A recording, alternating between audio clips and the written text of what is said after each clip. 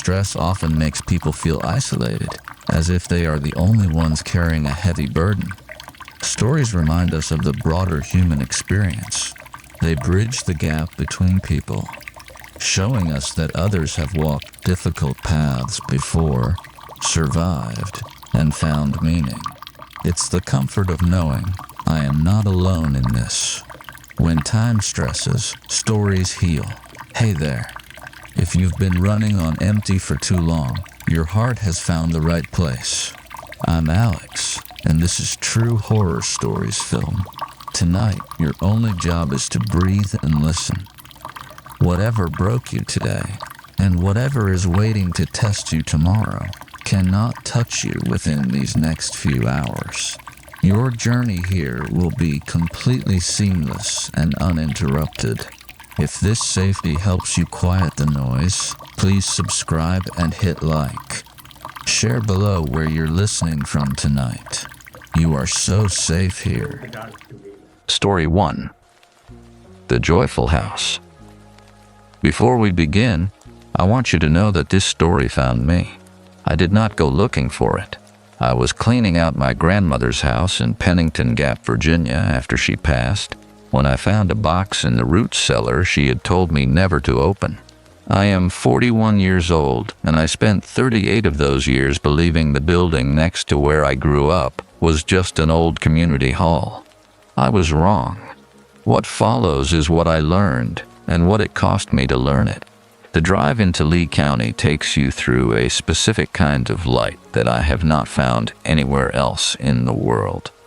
It is not beautiful light, not exactly, though people from outside tend to call it that when they pass through in the summer. It is something more complicated than beautiful. It is the light of a place that has been looked at too long from above. The kind of heavy, amber-thick afternoon that settles into hollows and does not leave. The kind that makes the ridgelines look painted rather than real, and makes you feel, if you are driving in from the east, that you are descending into something rather than arriving somewhere. I grew up in that light. I stopped noticing it the way you stop noticing the smell of your own house. It was only when I came back, after my grandmother's death, after 11 years away in Knoxville and then in Nashville, that I felt it again on my skin as something separate from me, something that belonged to the mountains and not to me anymore. My name is Caleb Suter. I am a 41-year-old archivist, and I am telling you this story because not telling it has become impossible. I drove into Pennington Gap on a Tuesday in late October, 2 years ago. The call had come on a Friday. My grandmother, Dora Suter, had passed quietly in her sleep at the age of 87, and her neighbor, a woman named Patsy Combs, who had watched over her in those last months, had found her in the morning already cold and her hands folded across her chest, as if she had arranged herself deliberately. That detail, the folded hands, was the first thing that made me cry. My grandmother had been, her whole life, a woman who arranged things deliberately. It seemed right that she would arrange even that. She had lived in the same house on Cowwood Hollow Road for 62 years. A 3-room house with a tin roof and a root cellar my grandfather had blasted out of the hillside by hand sometime in the 1940s, before a mine collapse took 2 of his fingers and most of his willingness to work underground. The house was white-painted board siding, and the paint had been reapplied so many times over the decades that the surface was thick and slightly rubbery to the touch, like layers of skin. I pulled into the gravel drive in the late afternoon and sat in the car for a moment before going in. The house was locked, but I had her key. Patsy had left it under the 3rd porch step, which was where it had always been kept, which felt both deeply familiar and faintly sad. Inside, the house smelled of cornbread, and the particular dry, papery smell of very old books, and the faint ghost of the kerosene heater she had used until the county extension office had finally persuaded her to accept a propane connection in 2016. I stood in the kitchen doorway and looked at her stove. I had been in the car for 4 hours, and my back ached, and I could not think about logistics yet. about the estate attorney, or the box of papers Patsy had mentioned on the phone, or any of the practical weight of it. I thought instead about the last time I had been in this kitchen, which was Thanksgiving 3 years ago, and the way my grandmother had set 2 cups of coffee on the table without asking and pushed one toward me and said, the way she always began serious conversations, "Well, there are things you should know," and then had said nothing for a long minute, just watched the steam from her cup. I had thought, that day, that she was going to talk about her health. She had talked instead about my grandfather's second cousin, a man none of us had ever met, who had owned a piece of land in the hollow 3 generations back. She had talked around something, the way she always did, circling whatever she actually meant, and I had not pressed her because the coffee was good and the kitchen was warm, and I had not then understood that she was trying to hand me something. I understand it now. The kettle was still on the stove. I put water on to boil and stood at the small window over the sink and looked out at the back of the property, at the root cellar door that sat flush against the hillside, painted the same white as the house, with a simple iron latch. She had told me, when I was 9 years old, do not go in there without me. She had told me again when I was 17, and again when I visited as an adult, not as a command, but as a reminder, the way she reminded me where the spare blankets were, and where the circuit breaker was, as a piece of necessary household geography. I had never gone in. I poured my coffee and turned away from the window. I would sleep that night in her bed, in the room that still smelled faintly of the lavender sachets she kept in the dresser drawers, and I would lie awake longer than I expected, listening to the sounds of the hollow at night, which I had forgotten and which were now strange to me again, the way all familiar sounds become strange when the person who made them familiar is gone. Outside, the fog was coming down from the ridge the way it always came, slowly and without announcement, filling the low places first. By the time I turned off the light, the back hillside had disappeared entirely. I could not see the root cellar door. I remember telling myself it was only fog. I remember how absolutely I believed that. Something in the root cellar had been kept for a reason, and in the morning I would begin to understand what that reason was, and whether the keeping of it had been an act of protection or something closer to burial.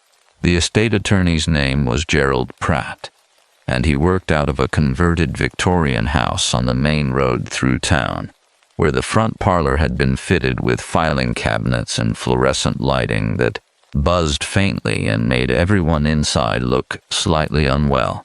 He was a compact man in his late 60s, with reading glasses worn low on his nose and a precise, unhurried way of speaking that I associated immediately with people who have delivered a great deal of bad news and have made peace with that being their particular usefulness in the world. He handed me a sealed envelope across the desk before anything else, before the papers, before the inventory. He said my grandmother had left it with him 14 months prior, with instructions that it be given to me personally after her death before the estate documents were reviewed. I looked at the envelope. My name was on the front in her handwriting, which was the careful, upright cursive of a woman who had been taught penmanship in a one-room schoolhouse and had never stopped believing that the quality of a person's letters said something true about the quality of their thinking. Gerald Pratt folded his hands on the desk. He said, "She was very specific about the order, the letter first. I put it in my jacket pocket. I told him I would read it tonight." He nodded, in the way of a man who had been expecting exactly that answer, and opened the folder of estate documents, and the next hour was the ordinary, grinding work of death on paper, the inventory of a house, the list of what is owed and what remains, the names of the people who should be called, and in what sequence. I drove back to Cowood Hollow Road in the late morning, under a flat gray sky that had settled low overnight and showed no intention of lifting. The hollow was quieter in October than it had been when I was growing up. The elementary school, 2 miles down the road, had closed in 2009. The Pentecostal church, the small one without a steeple, had been locked since the congregation dwindled to a handful, and the pastor had relocated to Wise. Several of the houses I passed were occupied, judging by the vehicles in the yards and the smoke from chimneys, but several were not, their windows filmed with the particular gray-green of glass that has gone unwashed for years, their porches softening at the edges where the wood had begun its slow return to the hillside. I had grown up here and left, and I was aware, pulling into my grandmother's drive for the second time, of the specific guilt of the person who has left a place and come back only when the leaving has become permanent. My grandfather's root cellar was on the north side of the hill, and in the flat October light it was easier to see the full structure of it, the way it had been built into the slope at an angle, the timber frame that held the hillside back, the old iron latch gone brown with rust that was not quite the same red-brown as the iron hinges on the door. I noticed, for the first time, that the latch had a hasp fitted through it. A padlock hung open from the hasp, unsecured, unlocked but in place. My grandmother had not lost her faculties. She had been sharp and deliberate until the final weeks. If there was an unlocked padlock on a door she had told me repeatedly not to open, it was unlocked because she had intended it to be found that way by me after her death. I went inside and sat at the kitchen table and read her letter. She wrote the way she spoke, in long sentences that turned corners unexpectedly and arrived at their point from an angle you had not anticipated. The letter was 4 pages, written on the lined notepaper she kept in the desk drawer in the sitting room, and it had been written in one sitting. I could tell by the ink, which did not vary in weight or color, and by the fact that her handwriting remained consistent throughout rather than shifting the way it did when she wrote in intervals. She began with my grandfather. She wrote that there were things she had not told me about the family history because she had not known how to tell them, and because some knowledge, once given, cannot be returned. She wrote that she had held this particular knowledge for 40 years, since my grandfather had given it to her in the months before his death, and that she had kept it in the root cellar where he had kept it, because she did not know what else to do with it, and because keeping it felt more honest than destroying it. She wrote, and this is the sentence that stopped my breath, "There is a ledger in the root cellar, behind the preserves on the second shelf from the bottom. Your great-grandfather did not build this house. He inherited the land from a man named Casto Rennick, and Rennick did not come by it cleanly.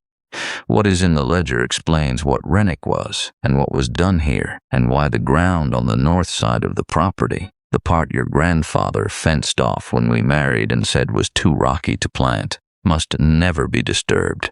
I read the paragraph 3 times. The letter continued, but I set it down on the table. The kitchen was very quiet. The propane heat ticked in the baseboard register. Outside, somewhere on the hill, something moved through the leaf litter with a slow, deliberate sound, a deer or a dog, and then went still. I thought about the root cellar, and the unlocked padlock, and the 14 months between when she had left the letter with Gerald Pratt and when she had died. I thought about the phrase, "too rocky to plant," and how many times I had heard it across my childhood, from both of them as a simple fact about the land, delivered without emphasis, the way you state a thing you want to become unremarkable through repetition. My coffee had gone cold while I read. I noticed I was gripping the letter with enough pressure that the edges had begun to curl. I forced my hand open, smoothed the paper against the table, and read the rest. She wrote that she did not know the number. She wrote that your grandfather believed it was more than the ledger accounted for. She wrote that she was sorry, and that she had loved the house and the hollow, and had sometimes been able to go months without thinking of it, and that she hoped I would be able to do the same, and that if I could not, she understood, and that either way she needed me to know, because the land would come to me, and the knowledge should come with it. She signed it the way she signed all her letters, with her full name, Dora Mildred Suter, and then below that, in handwriting that was slightly different, slightly smaller, as if added after a pause, the Joyful House. That is what they called it. I have never found that funny. I sat at the table for a long time. The gray light through the window had shifted toward the particular pale quality that comes in the early afternoon in October when the clouds are thick enough to filter rather than block the sun. A diffused, directionless light that makes shadows disappear and makes everything look slightly flat, like a photograph of a place, rather than the place itself. Eventually, I put on my jacket. I walked to the root cellar. The padlock was still open on the hasp. I lifted it clear and swung the door outward on its hinges, which moved without sound.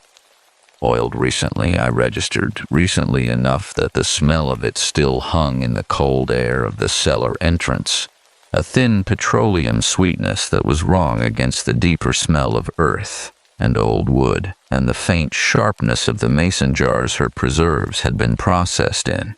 The shelves ran along both walls, quart jars of green beans and tomatoes and the dark burgundy of beet relish labeled in her handwriting, a coffee can of saved seed, a folded length of burlap. I crouched to the second shelf from the bottom. Behind the preserves, pushed flush against the back wall of the shelf, was a cloth-wrapped bundle roughly the size and shape of a ledger book. I did not take it out. Not yet. I crouched there in the cold and the smell of the earth and looked at it, and understood that whatever was in the cloth had been waiting here in this hillside, in the dark and the cold, for longer than I had been alive. I thought absurdly of the stove I had left on. I had not left the stove on. The stove was off. But the thought arrived with the full conviction of truth, and for a moment my mind moved completely away from the cloth bundle and toward the kitchen, running a quick inventory of the burners, and by the time it returned to where I was kneeling, the moment of absurdity had passed and the full weight of the situation had settled back around me. That was the first time I understood, in my body rather than my mind, that something genuine lived in this hillside, not a presence, not yet, not anything I could name, only the certain physical knowledge that the ground outside the cellar door, the ground my grandmother had preserved in its rocky, untouched state for 62 years, was not empty. Outside, the fog that had lifted during the morning was beginning to gather again in the low places of the hollow, and by the time I finally stood and latched the cellar door, I could no longer see the far fence line, the one my grandfather had put in years ago, with posts he had driven into ground he said was too rocky to accept anything planted in it. The ledger was bound in cloth that had once been blue, though the color had faded to the gray-green of weathered slate, and the binding threads along the spine had loosened so that the cover sat slightly away from the pages, like a door that no longer quite fits its frame. I brought it inside and set it on the kitchen table, and did not open it for nearly an hour.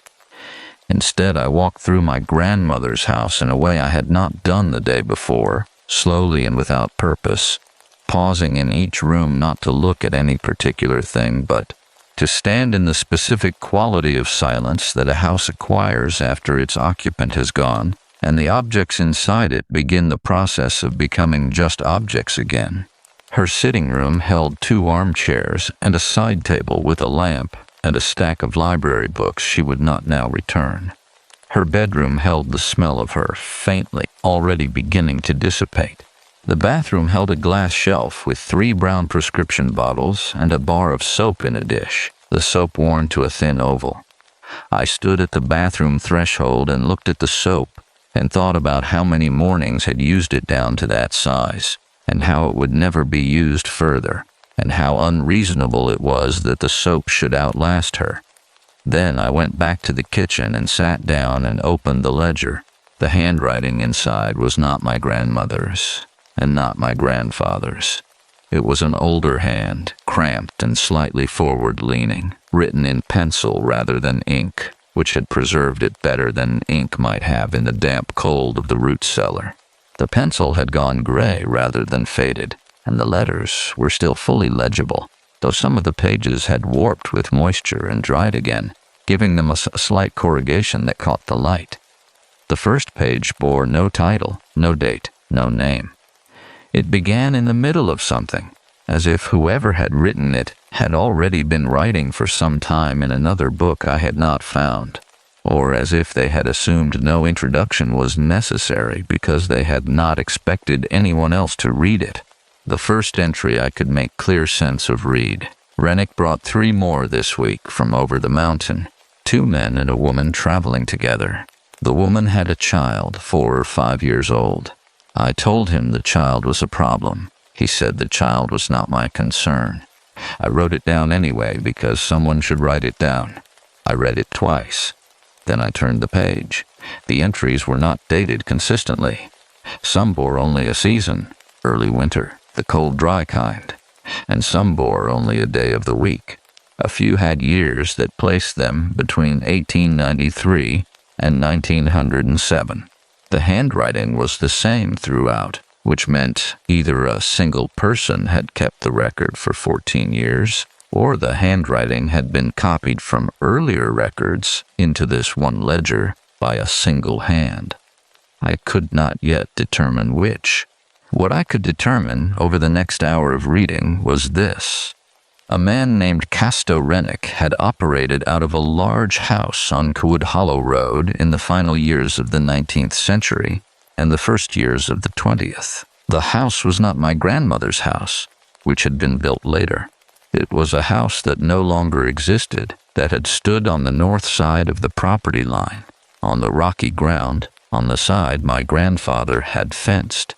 Rennick had run something that the ledger's author described in the first entries as a passage service, and in later entries, when the authorial voice had shifted from neutral recording to something that carried the particular weight of a person who has understood what they are complicit in, as the arrangement. The arrangement worked like this. Men and women came through Lee County in those decades in considerable numbers, following the coal and the railroad work eastward through the mountains. Many of them recently arrived from other countries, from the south of Europe primarily, from places where the poverty was old and structural, and where the promise of the American coalfields had been described by the companies and by the labor brokers in terms that bore little resemblance to the actual conditions. They arrived speaking little English. They arrived with the savings they had accumulated for the passage, sometimes everything they had, sometimes the combined savings of a family or a village, pooled and entrusted to one person who was meant to establish himself and then send for the others. Rennick identified men and women in this category. The ledger author noted the specific criteria he used. No family already in the county, no letters expected by anyone at a fixed address, work arranged through a broker rather than through personal connection, a habit of carrying their money on their person rather than in a bank, which was almost universal among people who had never trusted banks and had reason not to. He brought them to the house on Cowood Hollow Road. He told them the arrangement would handle the final portion of their passage, the papers, the work assignment, the letter to their family confirming safe arrival. He took their money. The ledger did not use direct language for what happened after that. The author wrote around it with a precision that was, I thought, not cowardice, but something more like a person who cannot bring themselves to write the direct word, and so constructs a careful architecture of surrounding words instead. The North Field, the entries referred to repeatedly, and the problem of the North Field in winter when the ground was hard. And later, after a certain entry in 1901, the stone room beneath which solved the problem of the hard ground. I stopped reading. My jaw ached, and I realized I had been clenching it without awareness for some time. I pressed my fingers to the hinge of my jaw and held them there until the ache eased. The radiator ticked. Outside, the flat gray light had begun to deepen toward the blue-gray of an Appalachian afternoon going toward dusk. That particular quality of dimming that happens earlier in the hollows than on the ridgeline, because the ridges hold the last of the light while the valleys release it first. I turned to the final entries. The last one was dated, one of the few with a full date, March the 9th, 1908. It read, "I have counted what I know of. I have not written the number here because I do not believe the number. I am leaving this record in the place that Rennick does not know I know, and I am leaving the county before the week is out. If anyone finds this, they should know that what is under the north field and under the room beneath is not an accident and is not a mystery, and should not be left as either. The man who did this called the house the Joyful House, which was a name he took from another language and which he thought was funny. It was not funny. Nothing about any of this was funny. The entry ended there. There was no signature. I sat at the table with the ledger open in front of me and the kitchen going dark around me, and I did not get up to turn on the light for a long time. I thought about my grandfather, who had fenced the north side of the property and driven posts into ground he said was too rocky. I thought about how he had described the root cellar to me once, when I was young, as a place for keeping things that needed to stay cold and still. I had understood him to mean preserves. I understood now he had meant something else as well, had perhaps always meant both things simultaneously. The way people who carry knowledge they cannot release learn to speak in sentences that bear two weights at once. I thought about the number the ledger's author had chosen not to write. I thought about the child, 4 or 5 years old, that Rennick had said was not a concern. I turned off that thought the way you turn off a room. I did it deliberately, the same way I had learned to turn off certain rooms in the house of my own grief. Certain doors I kept closed because opening them accomplished nothing and cost everything. The ledger lay open. The pencil letters were still fully legible. Someone had written them down so that someone should write it down, and someone had kept them for 100 years in a root cellar dug into a Virginia hillside. And now that someone was me. I did not yet know about the records office in Jonesville, or the woman behind the counter there who would look at my grandmother's name and go very still in a way that told me, before she spoke a word, that I was not the first person to come looking. Only the first to come looking from inside the family. The records office in Jonesville opened at 8:30 in the morning, and I was there at 8:25, sitting in my car in the parking lot of the Lee County Courthouse, watching a maintenance worker salt the front steps against a frost that had come down overnight and left the concrete with the pale, chalky look of something that had been ill. I had not slept well. Not because of nightmares, which would have been easier in some ways, something to point to and name, but because of a particular kind of wakefulness that has no content, only texture, a state of lying in the dark with the mind running at low, continuous pressure against something it cannot resolve, the way water moves against a stone that will not shift. I had made a list before I slept on the back of an envelope, the kind of list I make at work when a collection has a gap I cannot account for, a systematic set of questions in the order they should be answered, and the sources most likely to answer them. The list read, Casto Rennick, Land Deed Records, Lee County, 1890 through 1910. Any property transfer on or adjacent to Cowwood Hollow Road. Any record of the house that no longer stands. Death records, same period. Any inquiry or investigation. Sheriff's records, if accessible. The name of the ledger's author, if determinable. And below that, separated by a space in handwriting that was slightly different from the rest, slightly less controlled. Who came through here? And where did they go? And does anyone know they never arrived? The woman behind the counter was named Beverly Akers, according to the nameplate on her desk, and she was somewhere in her mid-60s, with close-cropped silver hair and reading glasses on a beaded chain, and the manner of someone who has been the institutional memory of a place for long enough that she has become, in some quiet way, protective of it. I told her my name. I told her I was settling my grandmother's estate. She looked at me steadily over the top of her glasses. She said, "Dora Suter's grandson." It was not a question. I said yes. She did not move for a moment. She had a folder open on the desk in front of her, and her hand rested on it, and she did not look down at it. She looked at me, with an expression I recognized after a moment as assessment, not unfriendly, but careful, the expression of a person deciding how much to say and in what order. She said, "I wondered when someone from the family would come in." I asked her what she meant. She said, "Your grandmother called me about 2 years ago.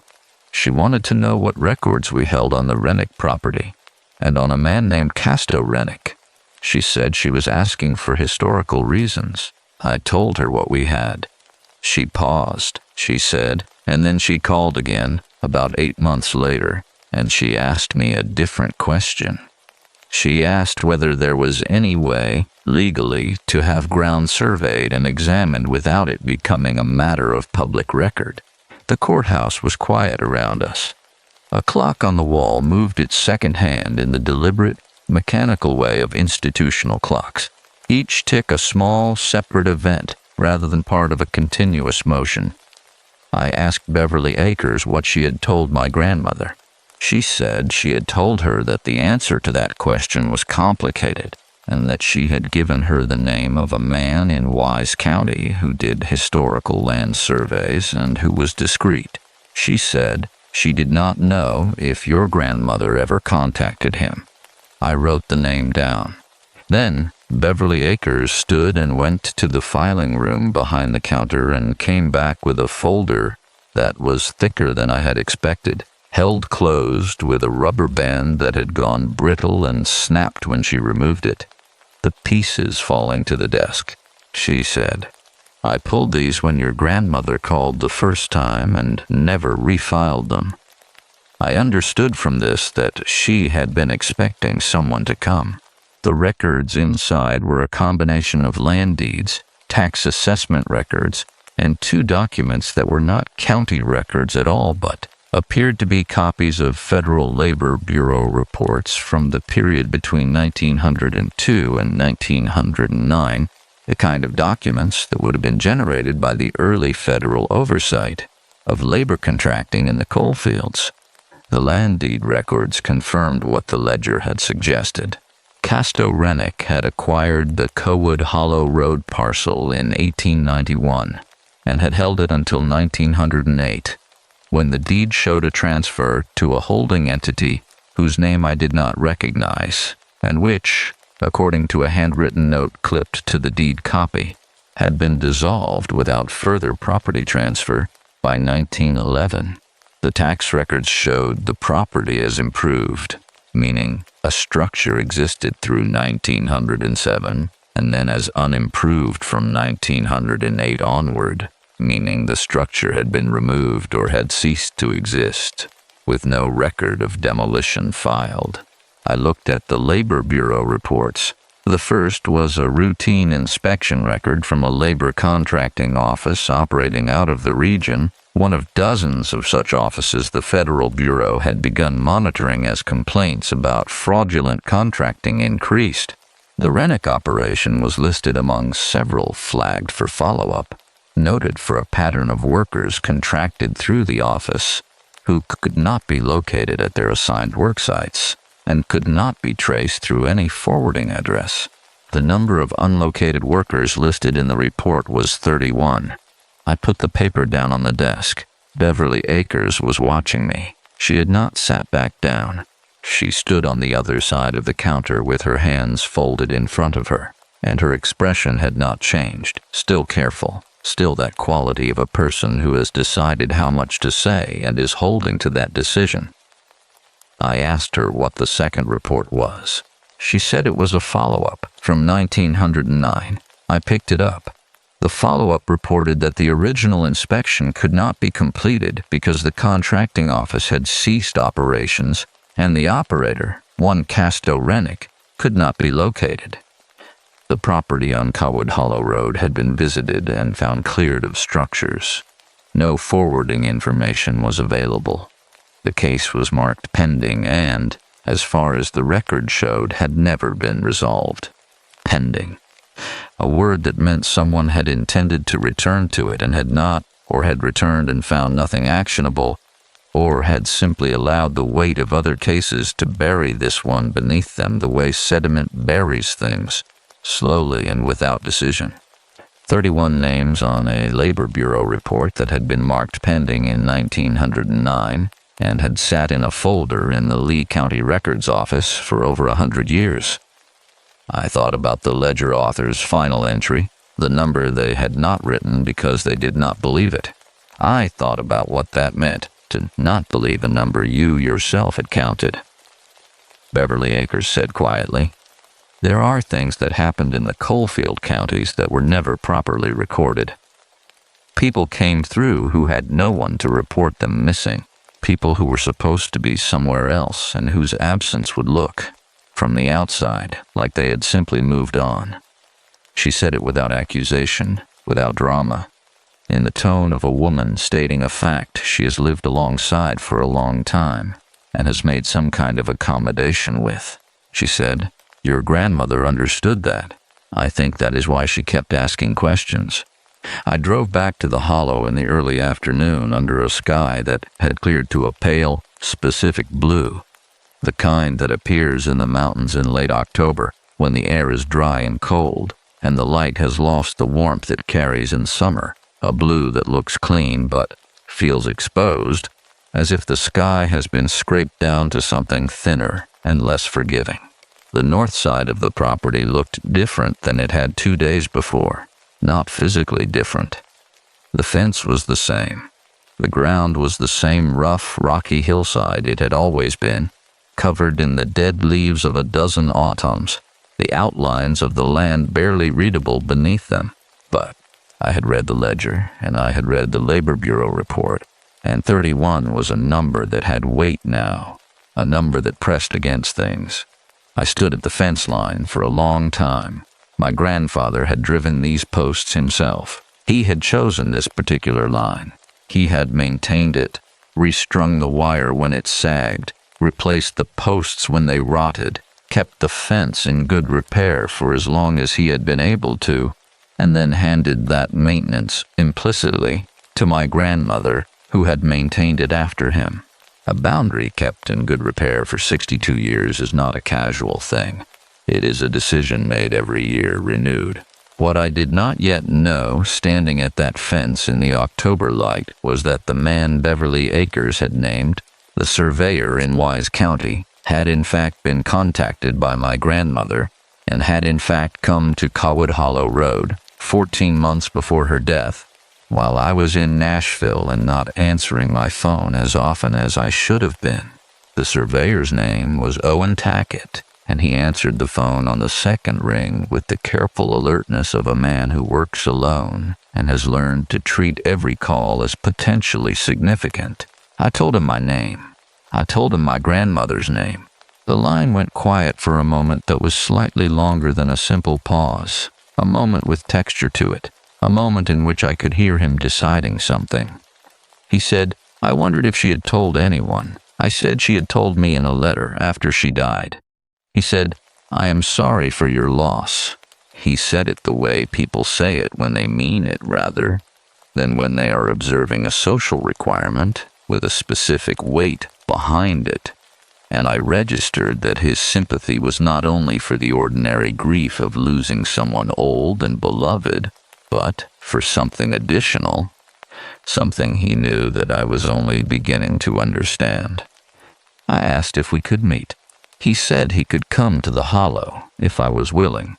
He said he had been there before and knew the ground, and that if I was going to understand what he had to tell me, being on the ground while he told it would matter. He came the following morning. He was a tall man, somewhere in his late 50s, with the rangy, economical build of someone who has spent decades walking uneven terrain and whose body has organized itself around that requirement. He drove a truck that had seen considerable use and carried in the bed a survey kit in a hard case and a rolled canvas pack, whose contents I did not immediately identify.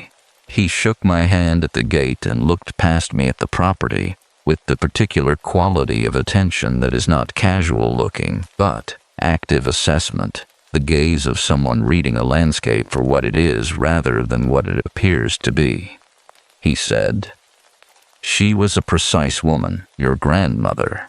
I said that she was. He said she had sent him a copy of the ledger before he came, so that he would understand what he was looking at. He said he had read it twice and had then driven down from Wise County on a morning in September 14 months ago and had walked the north side of the property with equipment that could read ground disturbance through 4 feet of soil and leaf cover. He stopped. He was looking at the fence line, at the rocky hillside beyond it, at the way the ground rose toward the ridge in a series of subtle undulations that, to an untrained eye, looked like nothing more than the natural unevenness of mountain terrain. He said, "The ground reads wrong over there in 14 distinct locations." I looked at the hillside. He said, "I want you to understand what I mean by that before I tell you the rest. Ground disturbance of the kind I am describing can have natural causes. Subsidence, root systems from trees long since dead, animal denning over many generations. I told your grandmother all of this, and I want to tell you the same because precision matters, and I will not tell you something is certain when it is not." He paused. He said, "But the pattern of the disturbance is not consistent with any of those natural causes. The locations are too regular, too deliberate, and 3 of the 14 show a secondary anomaly that the equipment reads as a void beneath a collapse, which is consistent with a constructed space that has fallen inward over time." I said the ledger mentioned a stone room beneath. He looked at me steadily. He said, "Yes, your grandmother pointed me to that entry as well." We stood at the fence line together for a moment without speaking. A red-tailed hawk turned slow circles over the ridge above us, riding something I could not feel from where I stood.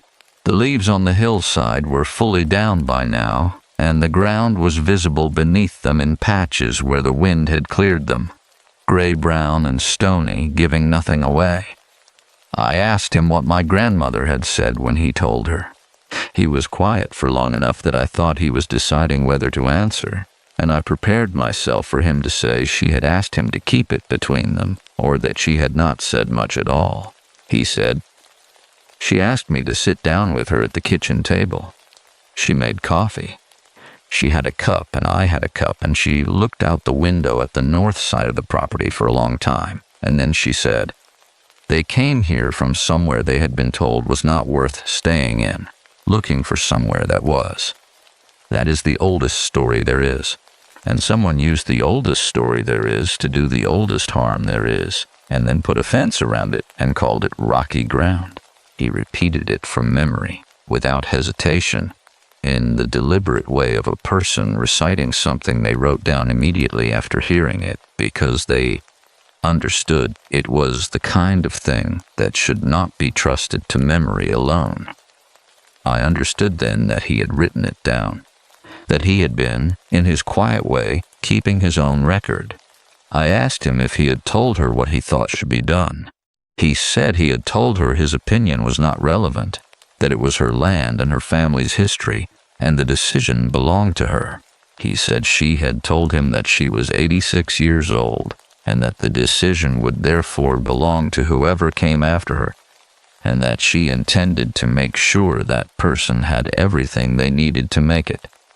He said, "I think she meant you." The wind moved through the bare trees on the hillside above the fence and brought down a slow scatter of the remaining leaves, the ones that had held on the longest, which were always the most leathery and reluctant, dropping now in the particular silence of things that have waited past their season. I thought about the folded hands.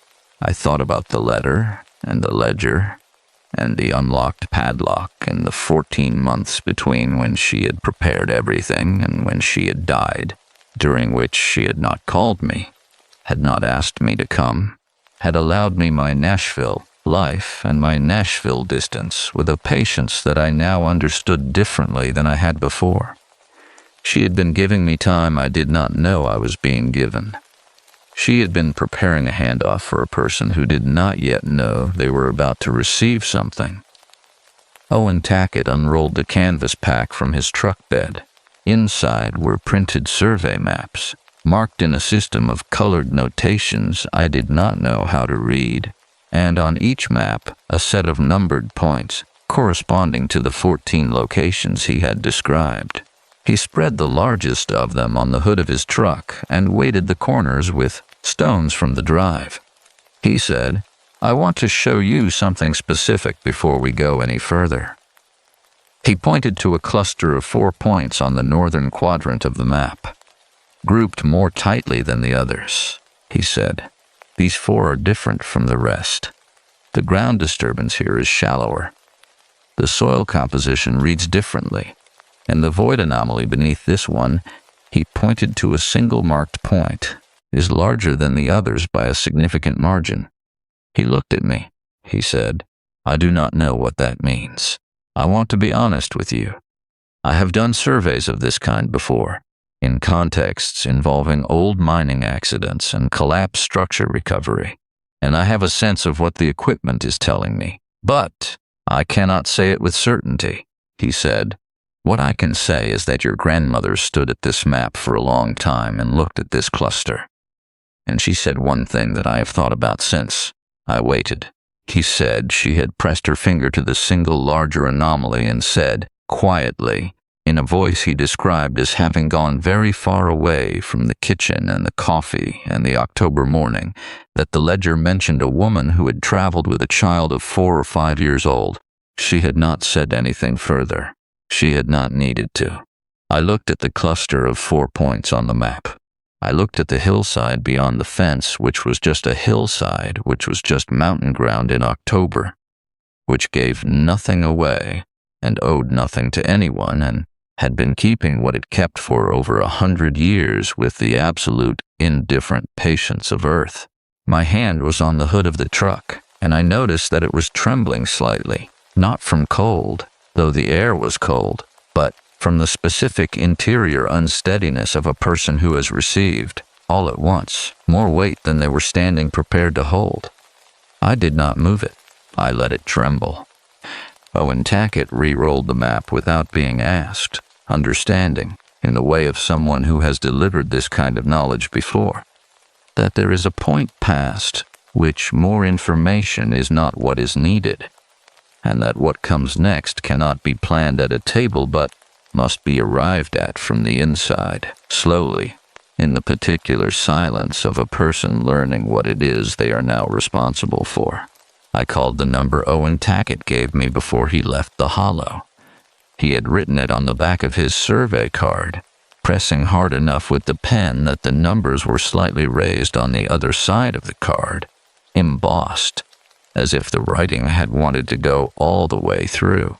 The number belonged to a woman named Margit Sella, who worked, Owen explained as he packed his truck, in a capacity he described as historical recovery consultation, which was a phrase that covered a range of activities including work with county historical societies, with university archaeology departments, and occasionally with the families of people who had found something on their land that required a kind of expertise that sat between legal and historical and human, and that very few people were equipped to provide. He said, my grandmother had asked about her by name.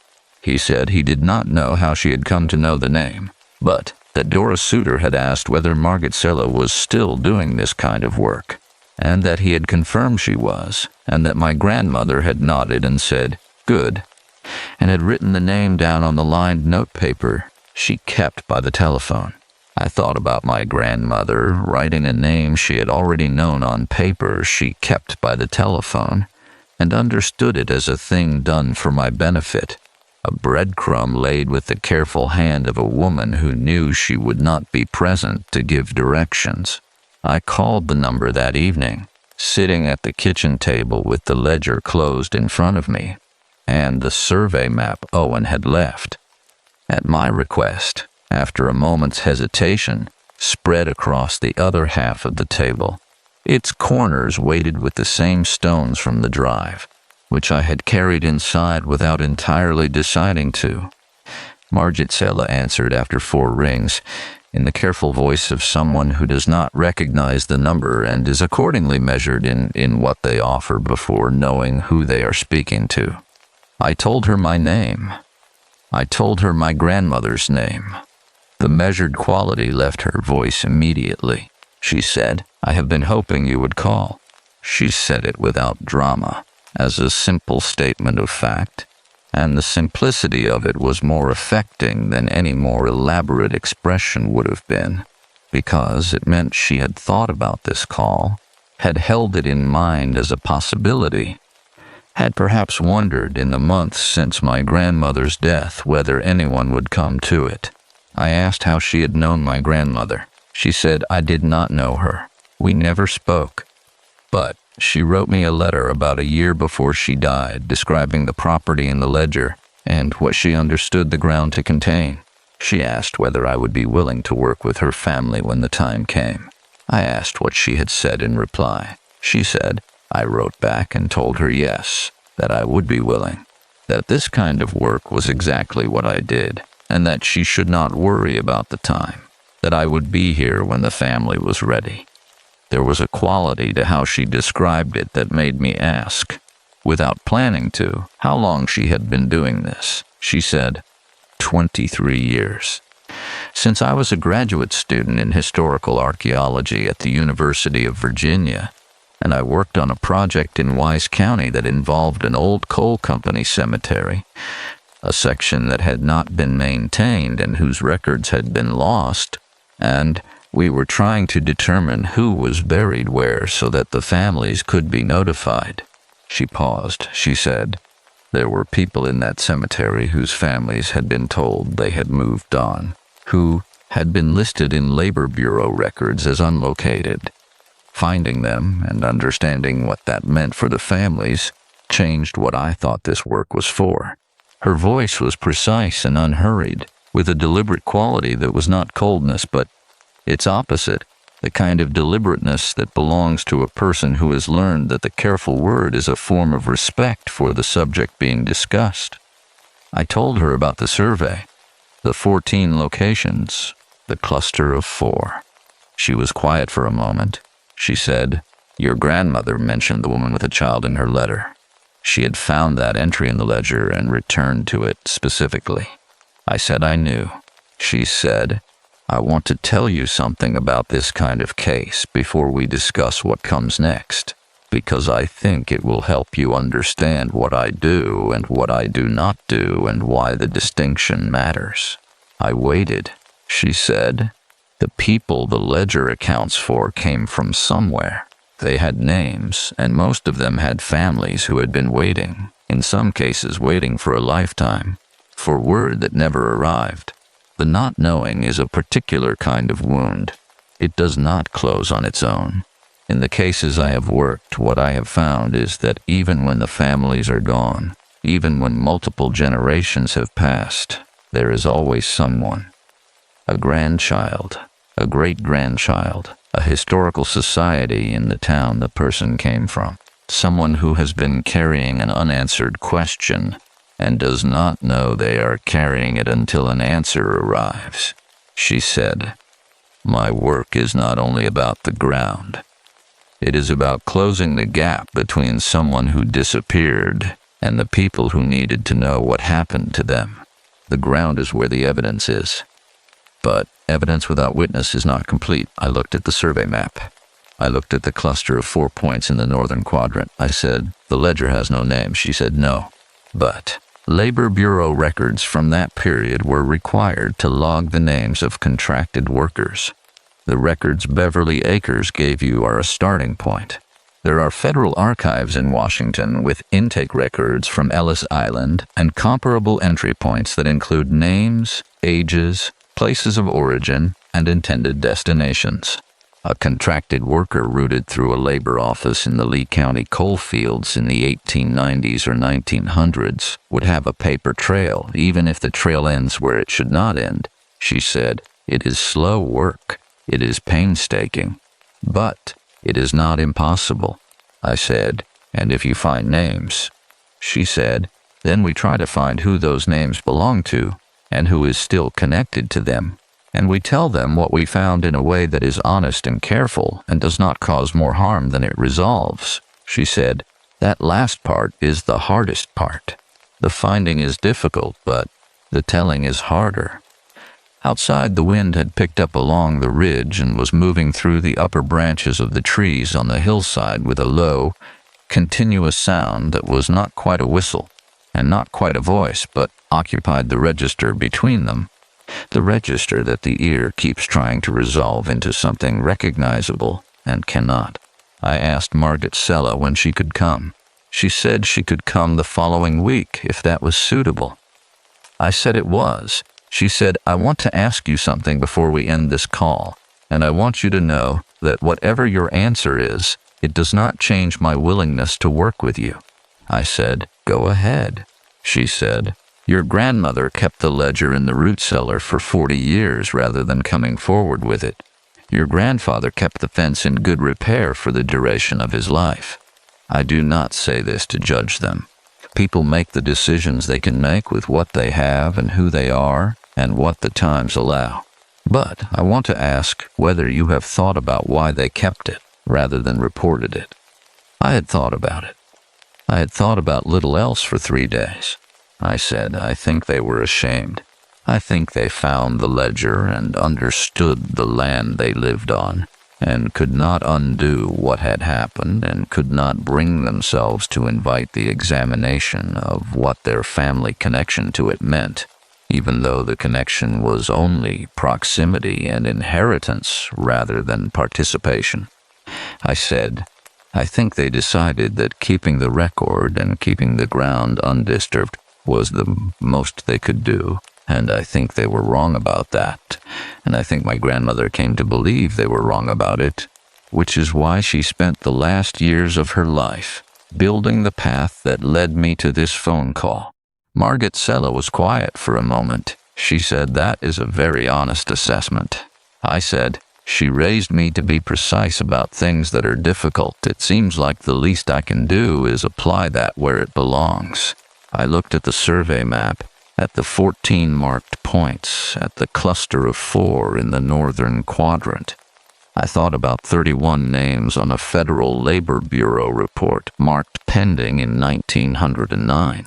I thought about the ledger author's final sentence, the handwriting that had maintained its steadiness through 14 years of recording, and then changed, barely perceptibly, in those last lines, as if the hand had understood. It was writing the last thing it would ever write in this particular place, and had tightened with the knowledge. Someone should write it down. Someone had.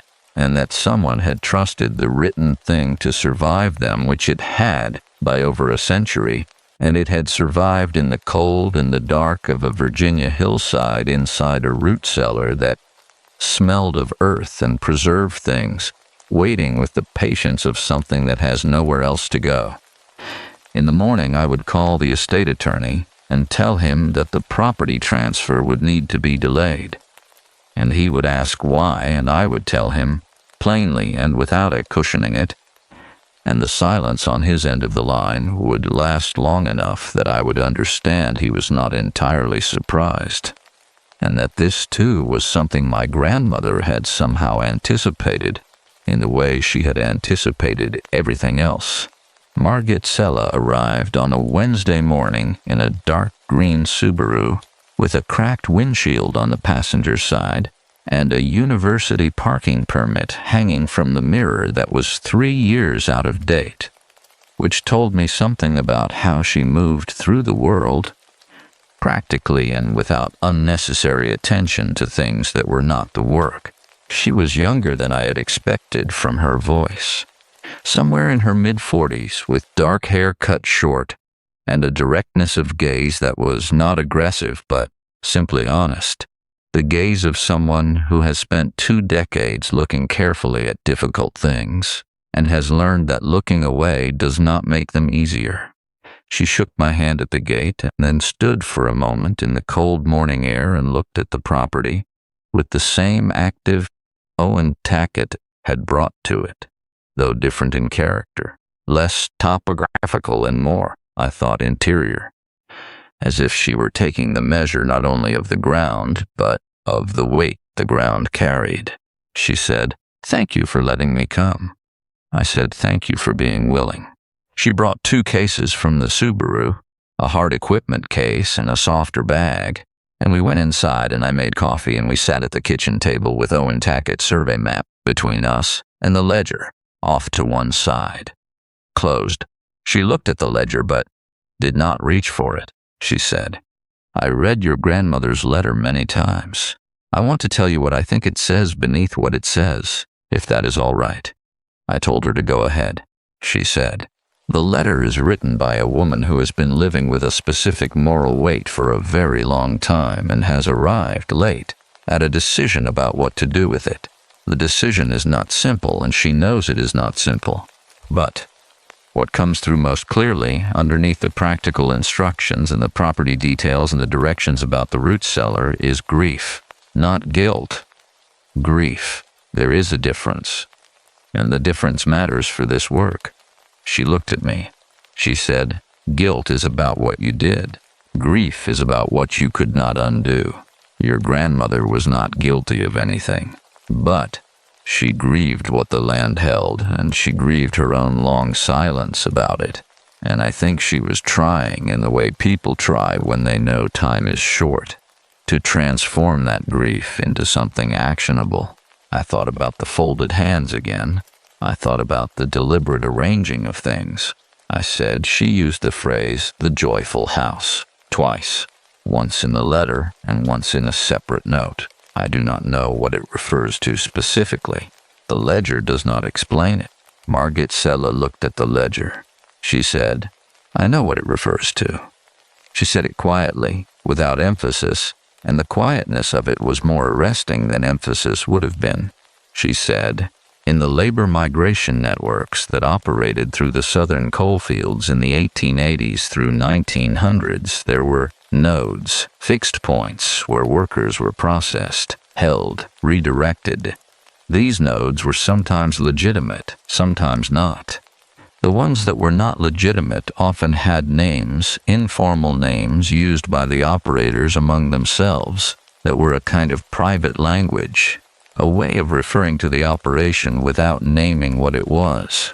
She said, "The joyful house was a name used in at least 2 other cases I am aware of, in different states in different decades. Not the same operator, not a connected network as far as anyone has determined, but the same name used the same way, in the same register of private irony that belongs to people who have decided that the people they are harming do not warrant ordinary human language." She said, "It is possible Rennick knew the name from somewhere and adopted it.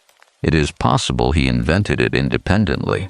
What it tells me is that he understood what he was doing as a category of thing, not as an isolated act, and that he had a relationship to that category that allowed him to give it a name and find the name amusing." The kitchen was very quiet. The propane heat moved through the baseboard register with its low, ticking sound. Outside, the morning had the hard, crystalline quality of late October cold. Everything sharp-edged and still, the kind of stillness that is not peaceful but suspended, as if the world is holding something in. I asked her about the names.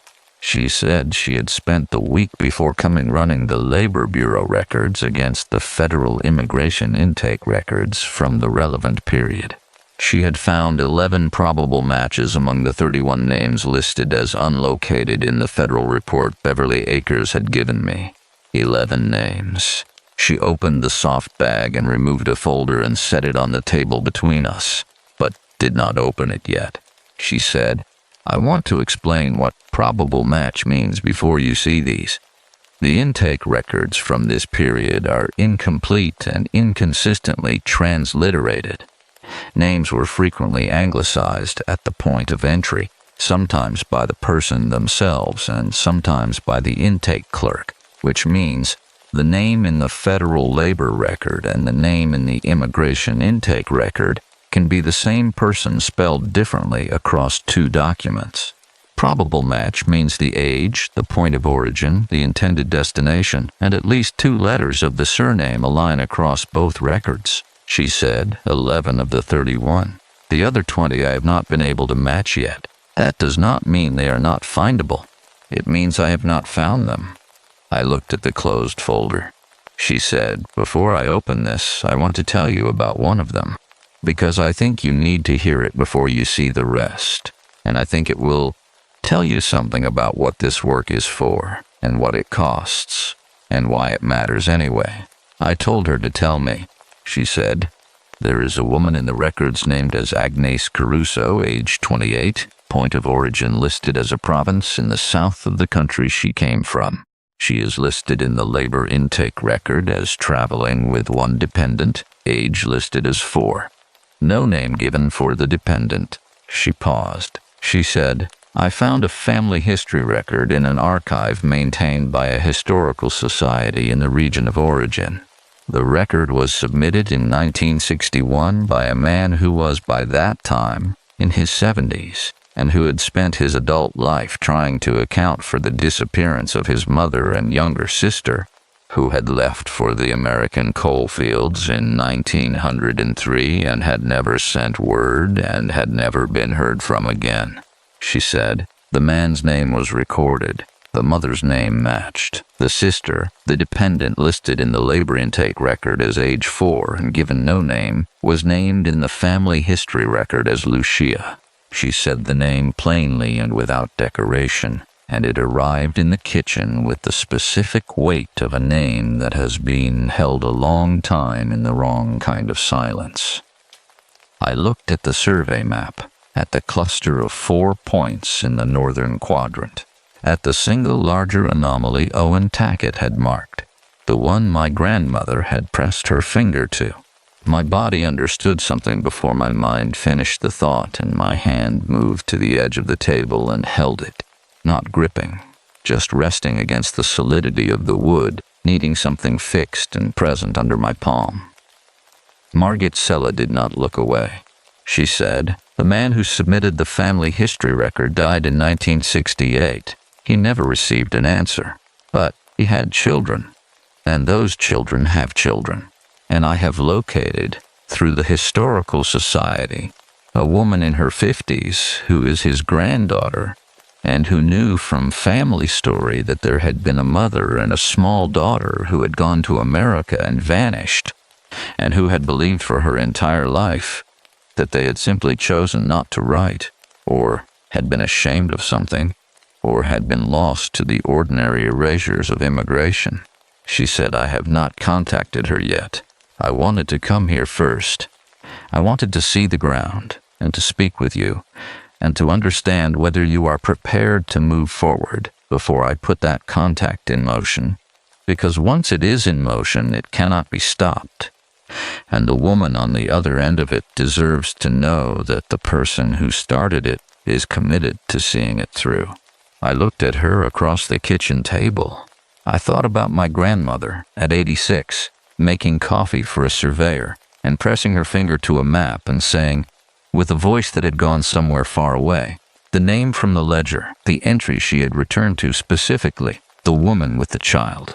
I thought about what it meant to carry a question for a lifetime and receive no answer. I thought about what it cost to be the answer. I said, I am committed. Margit Sella held my gaze for a moment longer, assessing, not doubting, but confirming, the way a person confirms a load-bearing structure before trusting weight to it. Then she opened the folder.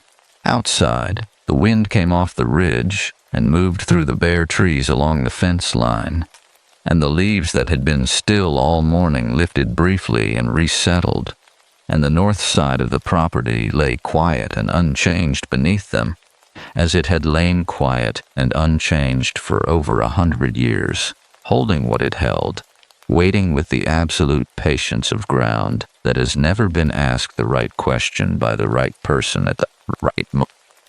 Until now. Margit Sella spent 3 days on the property before she said anything conclusive. She worked methodically and without urgency, arriving each morning before I had finished my first cup of coffee, moving through the gate in her worn field jacket with her equipment case, setting up along the fence line with the particular focused quiet of someone for whom concentration is not an effort but a habitual state. I watched from the porch the first morning, and then, understanding that watching was its own kind of intrusion, went inside and worked at the kitchen table on the estate documents that still required my attention. The ordinary administrative weight of a death, the transfer paperwork and the utility accounts, and the letters to distant relatives whose connection to my grandmother had been maintained through Christmas cards and who now needed to be told. I wrote those letters at her table, on her stationery, with her old ballpoint pen that required a particular sideways pressure to start the ink flowing, and the combination of those things, the familiar objects in the familiar room, made the letters both easier and harder than they would have been anywhere else. On the second day, Margit knocked at the door in the early afternoon and asked if she could look at the ledger again.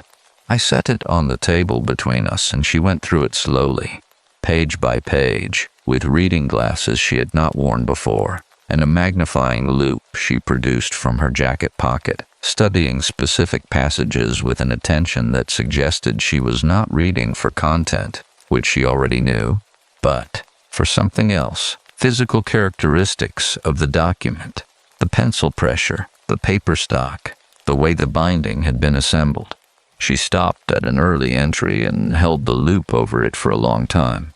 She said, "Look at this." I leaned over. She said, "The paper here is different from the surrounding pages, slightly thicker. The pencil marks are heavier, more deliberate.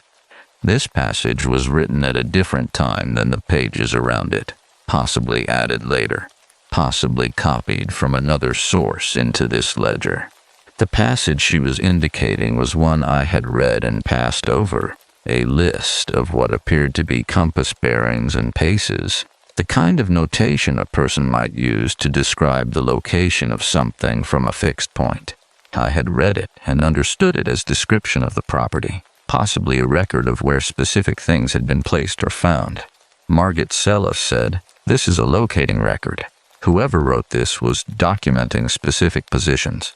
The bearings originate from the northeast corner of a structure, which would have been the house that no longer exists, and proceed from there in measured intervals," she said. "This is the most precise record we have of the individual locations, more precise potentially than the ground survey equipment." She looked at me.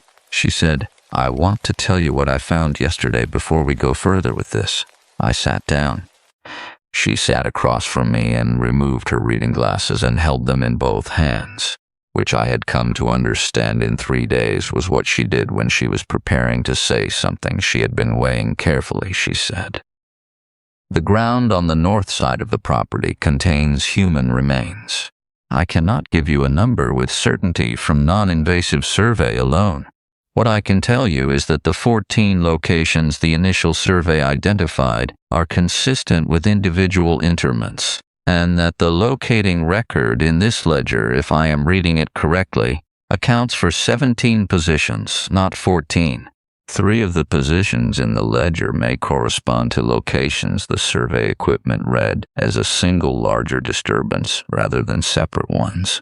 She said it precisely and without softening it. In the register she had described on the phone as the hardest part. the telling, and she did it with the quality of someone who has understood that false gentleness does not protect the person receiving difficult truth. It only delays it and adds the additional injury of having been managed. I sat with it. Outside, the wind had dropped completely, and the hollow was holding the particular absolute stillness that comes in the late afternoon when the cold settles and the animals go quiet and the light goes flat and directionless before the dusk. I asked about the cluster of 4. She said, "The cluster of 4 in the northwest quadrant corresponds to 4 positions in the ledger's locating record. They are grouped more closely than the others, as the survey showed.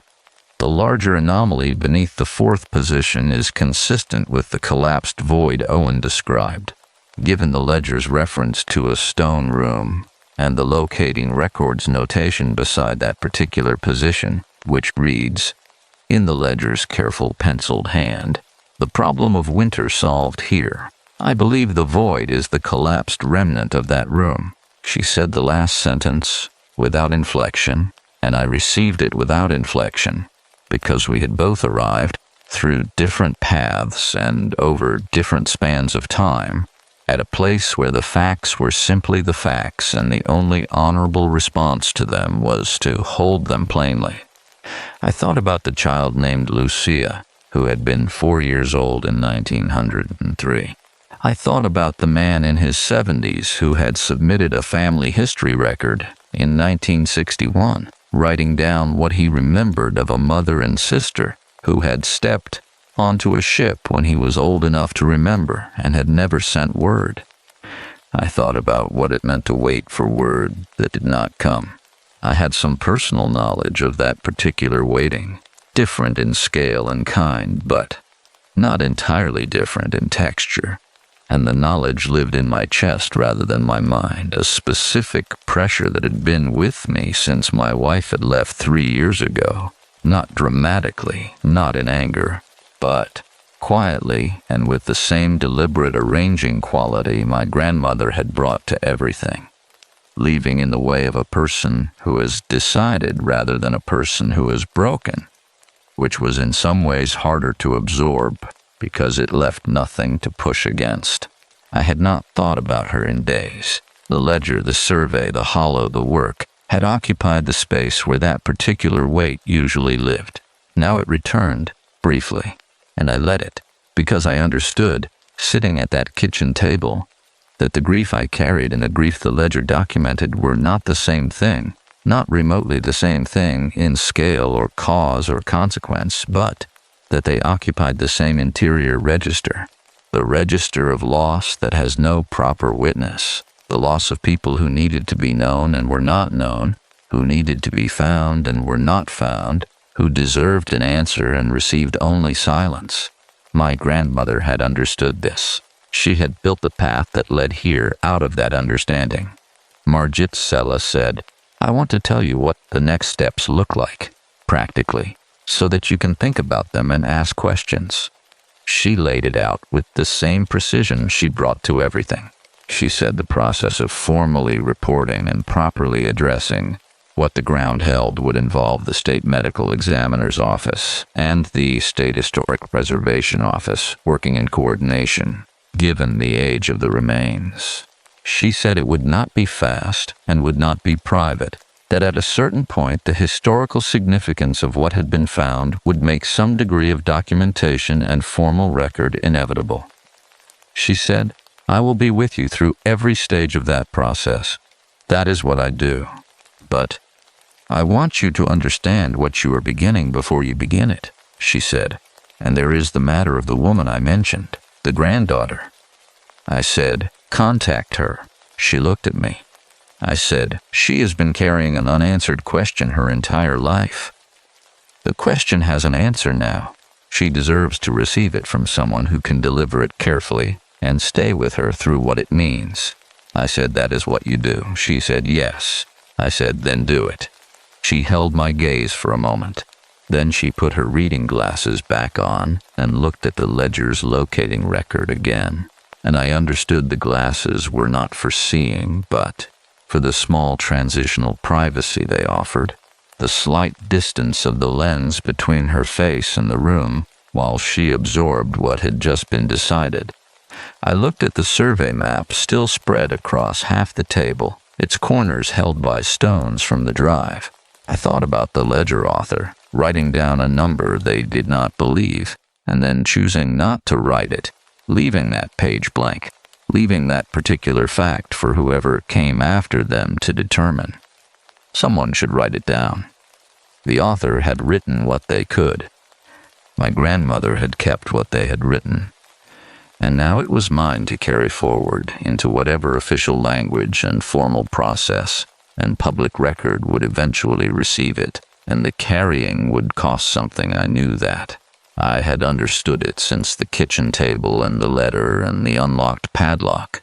But cost was not the same as wrong, and the thing that had been buried for 100 years in the rocky ground of a Virginia hollow deserved, at the very least, to be brought into the kind of light where it could be named. That night I sat on my grandmother's porch in the cold for a long time, looking at the north side of the property in the dark, and the dark gave nothing away, and I did not need it to. And somewhere on the ridge above the hollow an owl called once and then went silent, and the silence after it was the deepest I had heard since arriving, the kind of silence that is not empty but full, the kind that has been accumulating for a very long time, and has finally, in some small and insufficient and necessary way, been broken. 3 months passed before Margit Sella called with news about the granddaughter. I was back in Nashville by then, in my apartment with its view of a parking structure and the narrow strip of sky above it, sitting at my work desk on a Tuesday evening in February when the call came. The city outside doing what cities do in February, moving through the cold with its head down and its collar up and its attention fixed on the immediate. I had returned to work in January. My colleagues had been careful with me, in the way people are careful with someone who has been through something they cannot account for, offering the small courtesies of not asking direct questions while leaving visible spaces in which a direct question would have been welcome. And I had moved through those spaces without filling them, because what had happened in the hollow was not yet something I had language for that worked in ordinary conversation. The formal process Margit had described had begun in November. The State Historic Preservation Office and the Medical Examiner's Office had sent representatives to the property in the second week of that month, and what followed was a careful, methodical, deeply quiet procedure that I had been present for, and which I will not describe in detail, because the detail belongs to the people who were found and not to the people who found them. What I will say is that the number was larger than 31. I will say that the locating record in the ledger was accurate, to within a margin that the lead archaeologist described as remarkable, given its age and its informal construction, and that the 3 positions the survey had read as a single larger disturbance were in fact 3 separate interments, and that the void beneath the northwest cluster was what Margit and Owen had believed it to be. I will say that I was present for the full duration of the work, every day, in all weather, standing at the fence line in the manner my grandfather had stood there for 30 years, maintaining a boundary, though mine was of a different kind.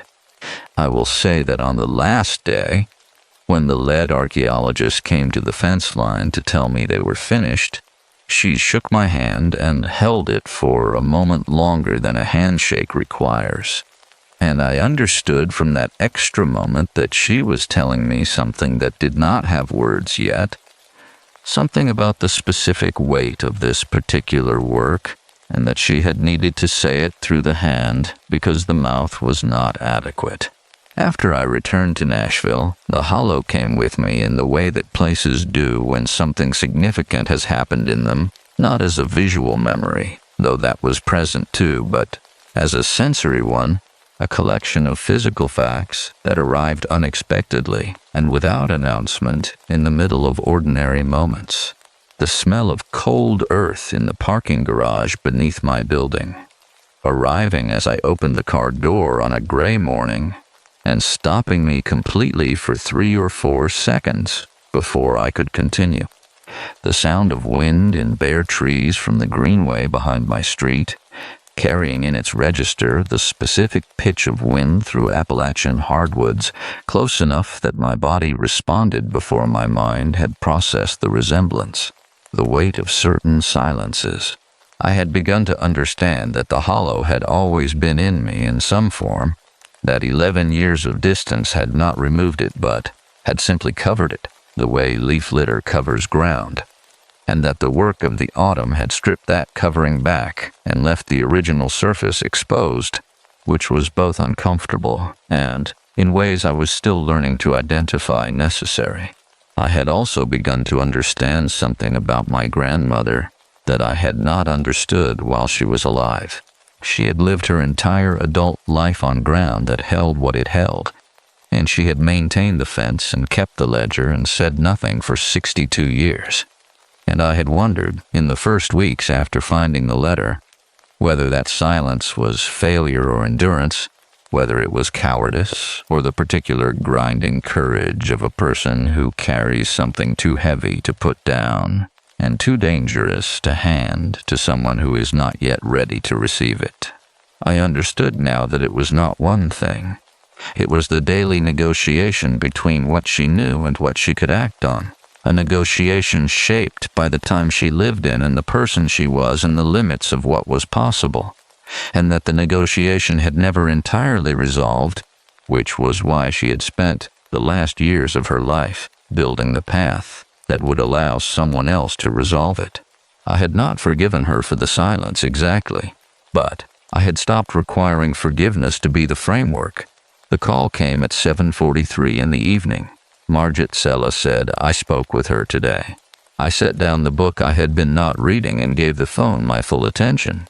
Margit said, "Her name is Renata. She is 54 years old, and she lives in a city in the north of the country her great-grandmother came from. She speaks some English. We spoke through an interpreter for the portions that required precision." She paused. She said, "I want to tell you how she received it, because I think you should know." I said, "Tell me." Margit said, "I told her what we had found, and what the records indicated, and what the ground had contained. I told her about the ledger and the locating record. I told her about the woman in the records named Agnes, and the dependent listed as age 4. I told her the family history record her grandfather had submitted in 1961 had been found in the archive, and had been part of what allowed us to identify her," she said. Renata was quiet for a long time after I finished, long enough that I asked, through the interpreter, whether she was all right. The interpreter said she was all right, that she was sitting at her kitchen table with her hands flat on the surface, and that she had closed her eyes. Margit said, and then she said something that the interpreter translated as, "My grandfather died not knowing. He spent his whole life not knowing." And what she said after that, the interpreter struggled with for a moment, and then said that the closest translation was something like, "I am glad the ground did not keep it forever." I sat in my apartment with the parking structure outside the window and the narrow strip of February sky above it, dark now and starless, and held the phone against my ear and did not speak for a moment. Margit said, "She wants to come to the property." I said I had expected that. Margit said, "I told her the property would be available, that the family was committed to that, and she said she would come in the spring, when the ground had recovered from the winter." She said, "I want to tell you one more thing." I waited, she said. At the end of our conversation, Renata asked me about the family, the American family. She asked whether the people who had kept the ledger and maintained the ground had known what was beneath it. I told her yes. I told her they had known for as long as anyone living could determine, and that the knowledge had been passed down, and that in the end a member of the family had used the knowledge to begin the process of finding what had been lost and returning it to the people it belonged to, she said. Renata was quiet again, And then she said, through the interpreter, that she did not know how she felt about that yet. That she thought it would take her a long time to know how she felt about it, but that she was glad someone had kept the record rather than destroying it, because the record was what had made everything else possible. I said yes. Margit said, I thought you would want to hear that specifically. I said I did. After I ended the call, I sat at my desk without turning on any additional lights as the room went fully dark around me, which it did gradually. And then all at once, the last of the evening light thinning to nothing above the parking structure, and I sat in the dark and thought about my grandmother writing the letter on the lined notepaper, pressing the pen hard enough to emboss the words on the other side. I thought about the ledger author writing down what they had witnessed so that someone should write it down, and entrusting it to the cold and the dark of a Virginia hillside. I thought about the man in his 70s, sitting down in 1961 to write into a family history archive the names of people who had left and not returned, performing the small, private act of insisting that their absence be recorded somewhere, that the silence not be the only record. I thought about Renata at her kitchen table, with her hands flat on the surface and her eyes closed. I thought about what it meant to receive an answer after a lifetime of carrying the question, and whether the answer was relief or grief or both simultaneously, and whether the two could be separated at all in a moment like that, or whether they arrived together and remained together, permanently and irreducibly joined in the way of things that have been held too long in the same enclosed space. Outside, the city moved through its February evening with its head down and its collar up, and somewhere in the parking structure below my window a car door closed with the solid sound of something latching shut, and I noticed it and then let it go, and the night continued. I had not been back to the Hollow since November, but I knew I would go in the spring, and I knew why, and the knowing of it sat in me not as dread and not exactly as anticipation, but as something quieter than both, something closer to the feeling of a task that has been properly understood and is now simply waiting for the right conditions to be completed. I drove back to the Hollow on the first Saturday of April, when the redbuds along the lower ridges had come into color, and the dogwoods were still a week from opening, and the light had returned to the amber-thick quality I had grown up inside, and stopped noticing and then noticed again the light that belongs to the place and not to the person moving through it. Renata had arrived 2 days before. Margit had arranged it, the flights and the accommodations in Jonesville and the interpreter. A quiet young woman named Sarah, who had grown up in the region Renata came from, and had been living in Virginia for 4 years, and who moved through the practical logistics of the visit with a competence that made everything around her slightly easier. I had met Renata briefly on the Thursday evening at the small motel on the main road where Margit had organized a simple dinner in the motel's conference room, which was a room designed for insurance adjusters and sales representatives, and which had been transformed imperfectly and adequately by the presence of 4 people sitting around a table with food between them and a shared purpose that none of the room's original design had anticipated. Renata was a small woman with gray-streaked dark hair and reading glasses she wore, pushed up on her forehead, and a way of holding herself that was both contained and attentive, as if she had learned long ago to take up a precise and deliberate amount of space in the world and had maintained that discipline across decades. She looked at me for a long moment when we were introduced. She said something in her own language, and Sarah translated it as, "You look like someone who has been carrying something for a while."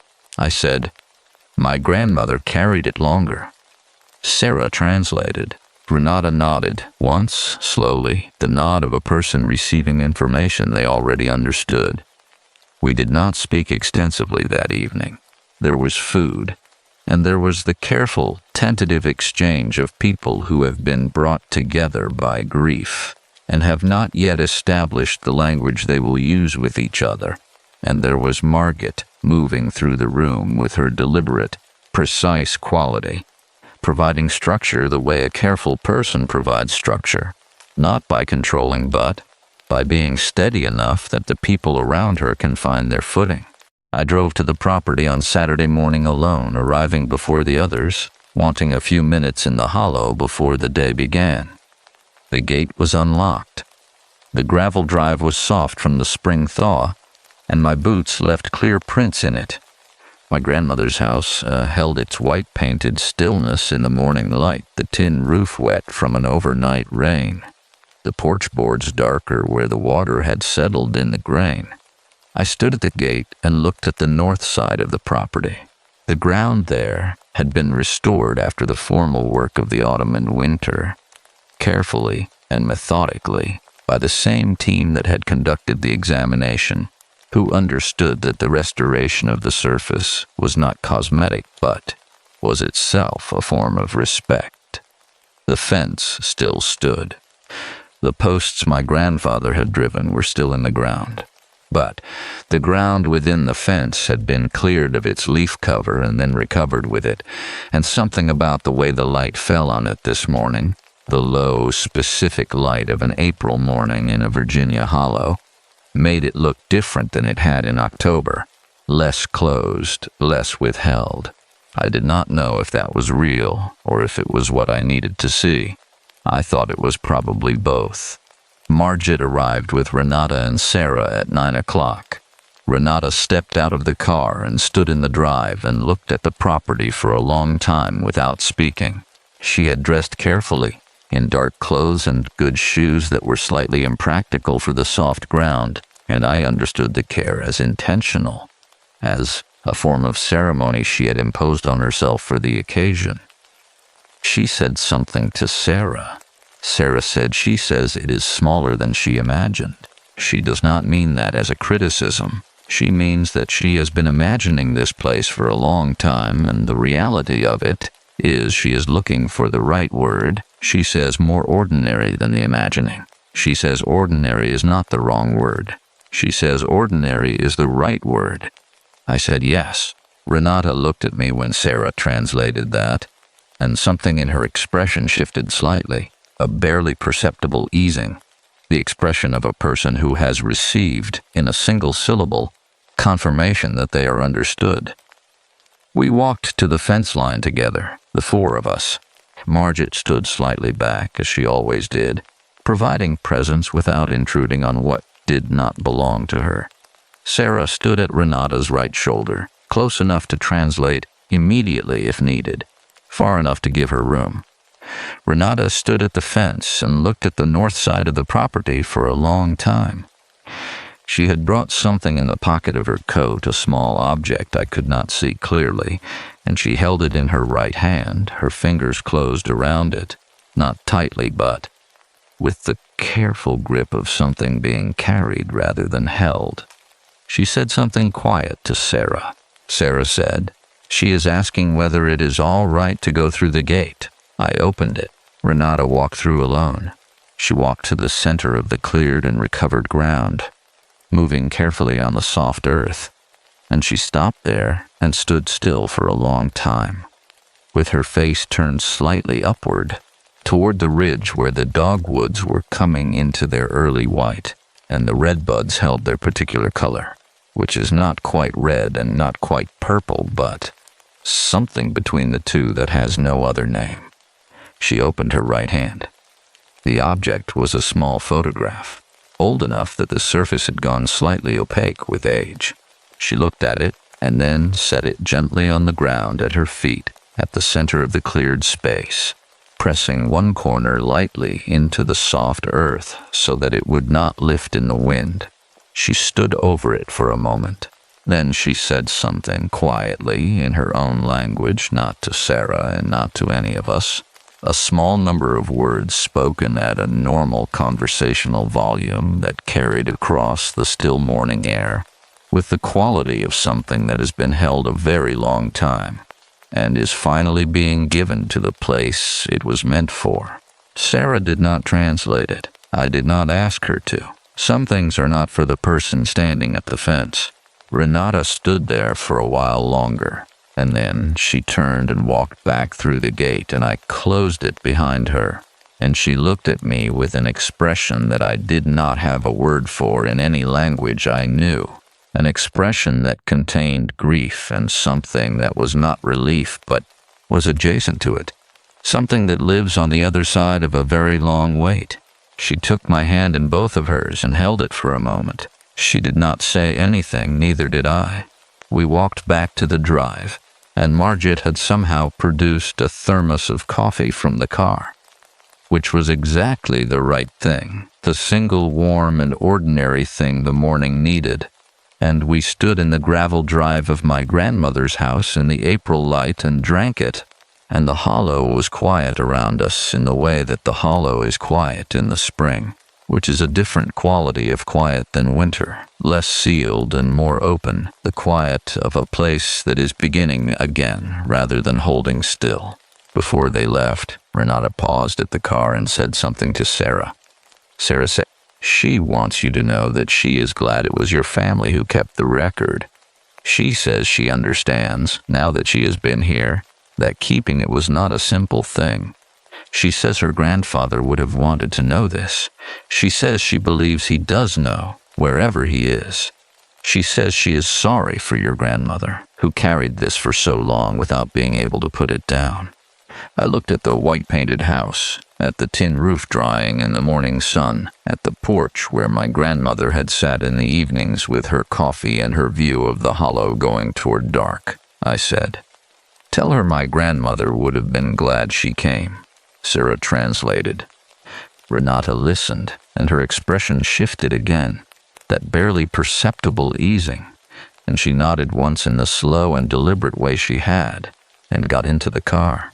I stood in the drive until the car had gone down Cowwood Hollow Road and out of sight around the first bend, and then I stood there a while longer, because the hollow was quiet and the light was good and there was nowhere I needed to be. The redbuds held their color on the lower ridges. The photograph was still in the soft earth on the north side of the fence, one corner pressed in, the surface catching the morning light. I did not go back to look at it. It was not mine to look at. I walked to the porch of my grandmother's house and sat in the chair she had always sat in, which faced the hollow and the ridge above it and the sky above the ridge, which was the particular blue of an April morning that has been cleaned by overnight rain, and I sat there for a long time with my coffee going cold in my hands, and the hollow did what hollows do, which is hold the light a certain way, and let the sound carry and keep its own counsel about everything it has witnessed and everything it still contains. And after a while, the stillness stopped feeling like absence and started feeling like something else, something I did not have a name for yet, something I thought I might spend a long time learning to call by its right name. The redbuds did not move. The ridge held its light. The hollow kept its quiet, the way it always had, though now the quiet meant something different than it had before. Not the quiet of a thing sealed shut, but the quiet of a thing that has finally, after a very long time, been allowed to breathe. Story 2. What breathed beneath the floor? Before beginning the story, I would like to say a word to anyone listening tonight. This story is about the thing that every human being, at some point in the small hours, half suspects without ever saying out loud, that the sounds inside the walls are not the pipes settling, that the cold draft rising from beneath the kitchen floor is not a gap in the insulation, that the food you were certain you had left in the refrigerator was not eaten by you in a moment you cannot remember, during a night that blurred together with all the others. We sleep inside our homes the way fish sleep inside water, trusting the medium completely, never questioning it, never imagining that something else might be in there with us. This story is about what happens when that trust is broken.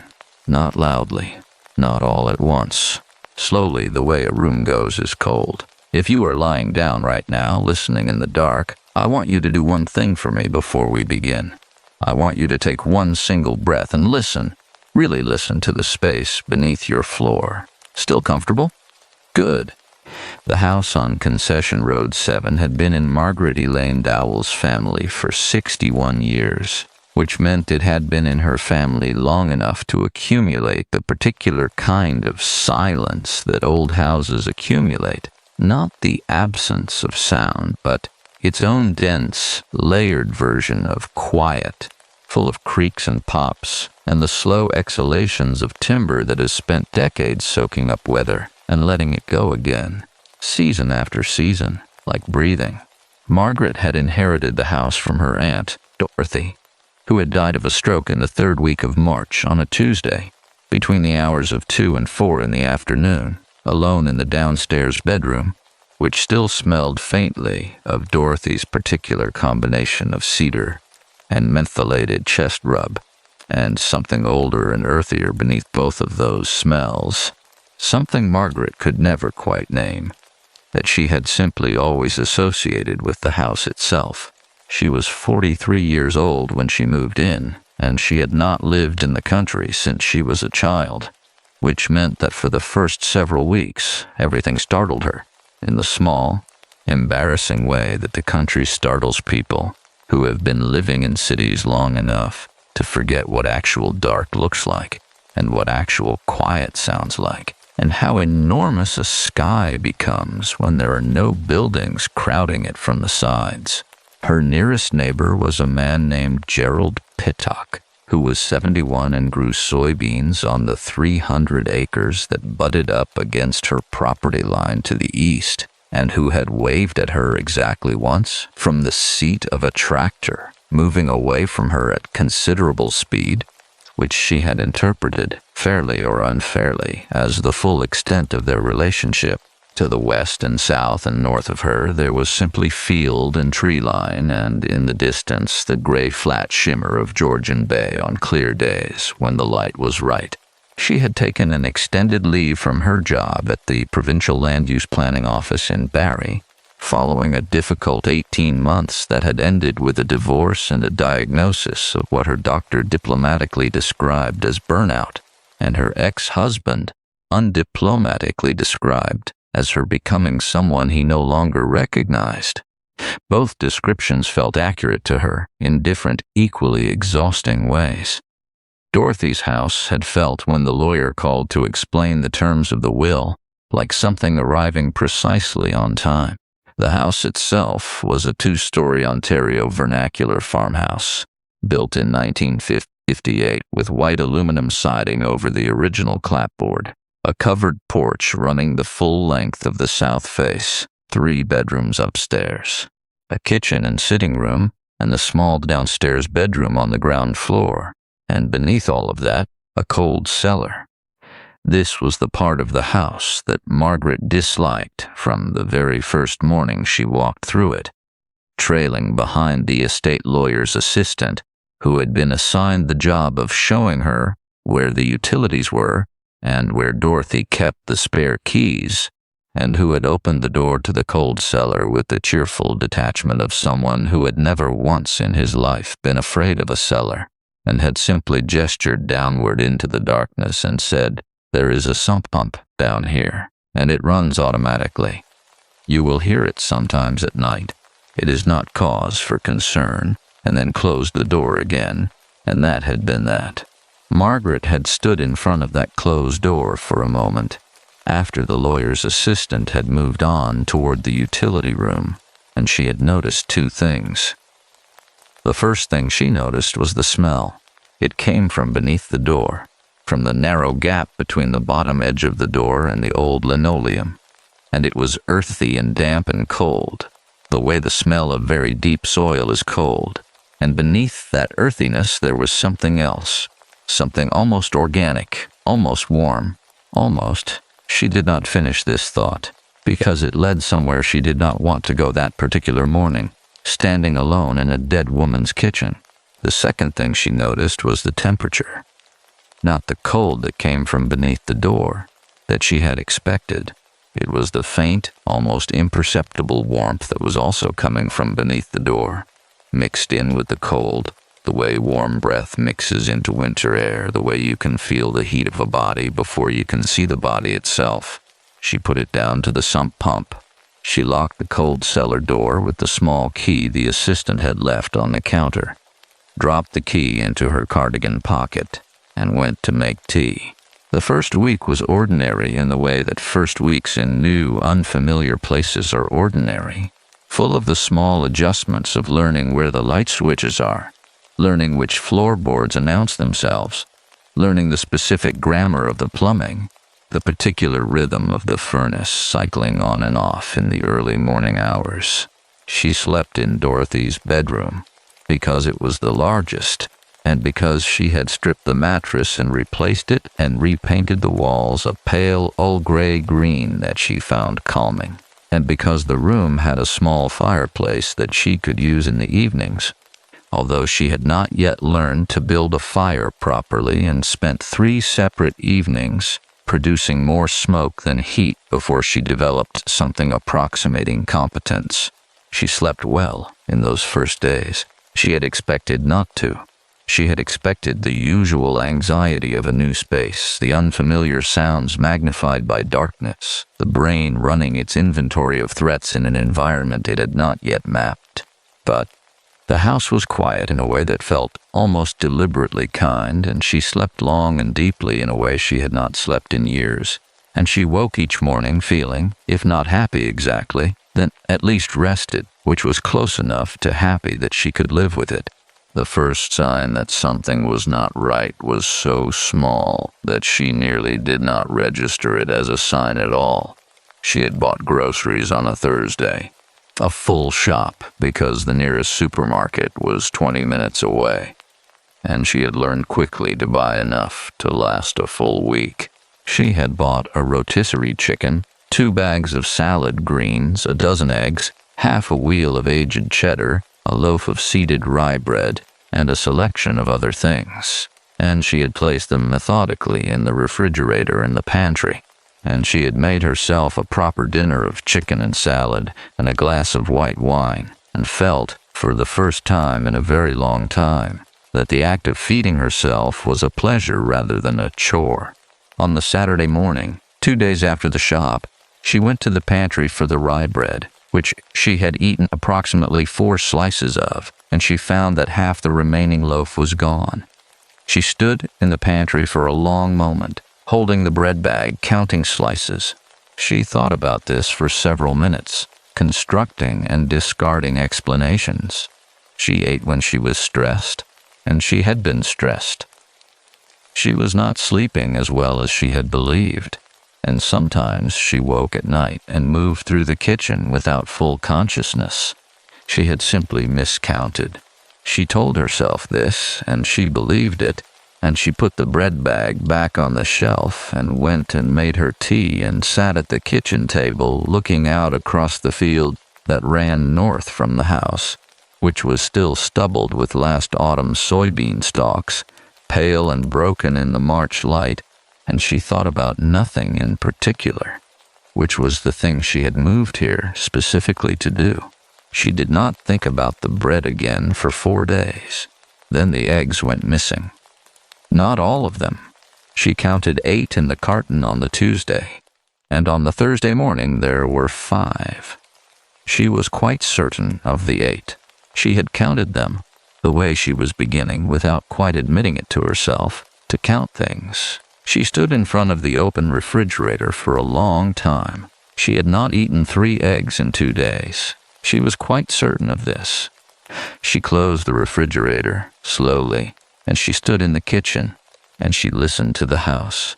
It breathed around her, the way it always breathed.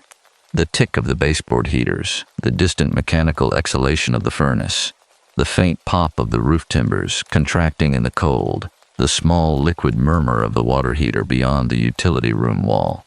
And beneath all of it, so low and so constant that it had become, she realized, simply part of the background of the house, a sound she had categorized without examining, filed under sump pump and moved past. There was a faint rhythmic sound coming from beneath the kitchen floor, not mechanical, not the sump pump which she had heard run, and which made a specific, watery, intermittent sound completely unlike this. This sound was softer. This sound was the sound of breathing. She had a name for the sound before she had a reason to give it one. She called it the house breath in the private language she had developed for the structure around her, the way people who live alone develop private languages for things, naming the furnace click and the pipe knock and the window rattle with the casual familiarity of someone who has accepted that they share a space with a building, the way they might share it with a very old, very quiet companion. The house breath was different from the others. The others had explanations she could produce on demand, the way you produce identification at a border crossing. Here, the copper pipes expand in the heat. Here, the roof timbers respond to temperature. Here, the sump pump engages when the water table rises after rainfall. Explanations that arrived with the house, handed to her the way the estate lawyer's assistant had handed her the key ring, matter-of-factly, without ceremony. The house breath had no such paperwork. She had tried, in the first days after she noticed it, to assign it an explanation anyway. Old houses have complex subfloor systems. She knew this. She had worked in land use planning long enough to understand the rudiments of building structure, the way void spaces beneath ground floors collect air, the way that air moves through them with the weather, contracting and pushing through gaps in the subfloor boards with something that, in the right register of quiet, at the right hour of night, could sound almost like respiration. She told herself this on a Wednesday evening, sitting at the kitchen table with a cup of chamomile she had let go cold beside her hand, her head slightly bowed, listening. The sound came up through the linoleum in a place roughly beneath the third chair from the window, the one she never sat in, the one that had been Dorothy's chair, identifiable by the particular compression of the seat cushion and the way the chair legs had worn their own shallow grooves into the linoleum over decades of use. She had not moved Dorothy's chair. She had moved other things. The 2 boxes of Reader's Digest condensed novels that she had donated to the library book sale in Collingwood, the set of ceramic ducks that had occupied the window ledge above the sink in descending order of size, the cross-stitch sampler on the sitting room wall that read "Home is where the heart chooses to rest," which had struck Margaret in the raw weeks following the divorce as the kind of sentiment that would have been easier to bear if it had been less comprehensively true. But she had not moved Dorothy's chair. She was not sure why this was. She sat with the cold chamomile and listened to the sound beneath Dorothy's chair and tried to decide whether it was the same sound she had heard yesterday, whether it had the same rhythm, the same depth. She had nothing to compare it to. She had not thought, when she first heard it, to write anything down, and now she was the kind of woman who wrote things down, because she had discovered, in the worst year of her marriage, that her memory under stress was not the reliable instrument she had always assumed it to be. She took her small notebook from the kitchen counter. She kept it between the kettle and the spice rack, the way other people keep a shopping list, except that she used it for things she needed to be certain about, things whose edges she wanted to hold still long enough to examine, and she wrote the date at the top of a new page, and beneath it she wrote, beneath the third chair, rhythmic, low, softer than mechanical, duration unknown, began before I began listening. She looked at what she had written. She added, after a moment's consideration, not the sump pump. She put the pen down and went to bed.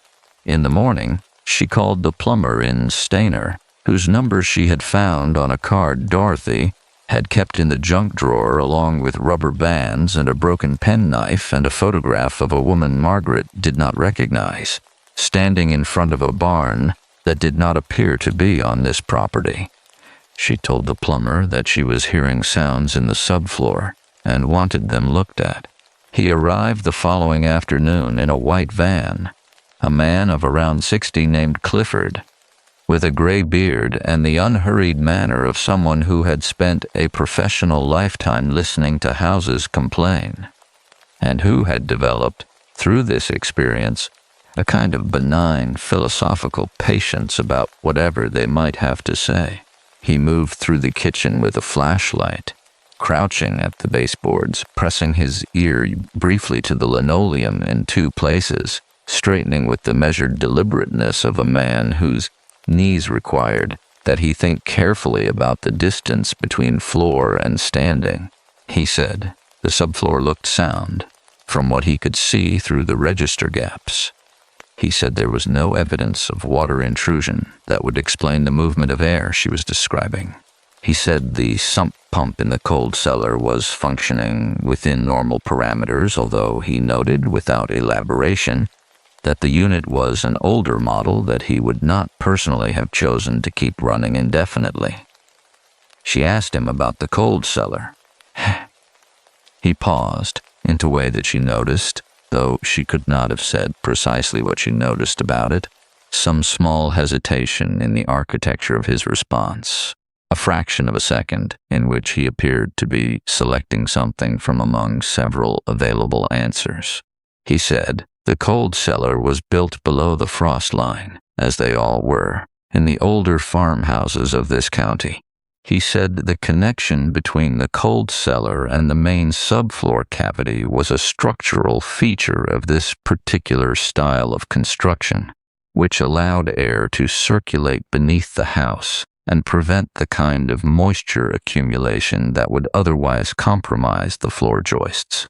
He said the sound she was hearing was almost certainly air moving through that cavity, which would vary with barometric pressure and with the temperature differential between the cellar and the floor above it. This was, she recognized, an explanation.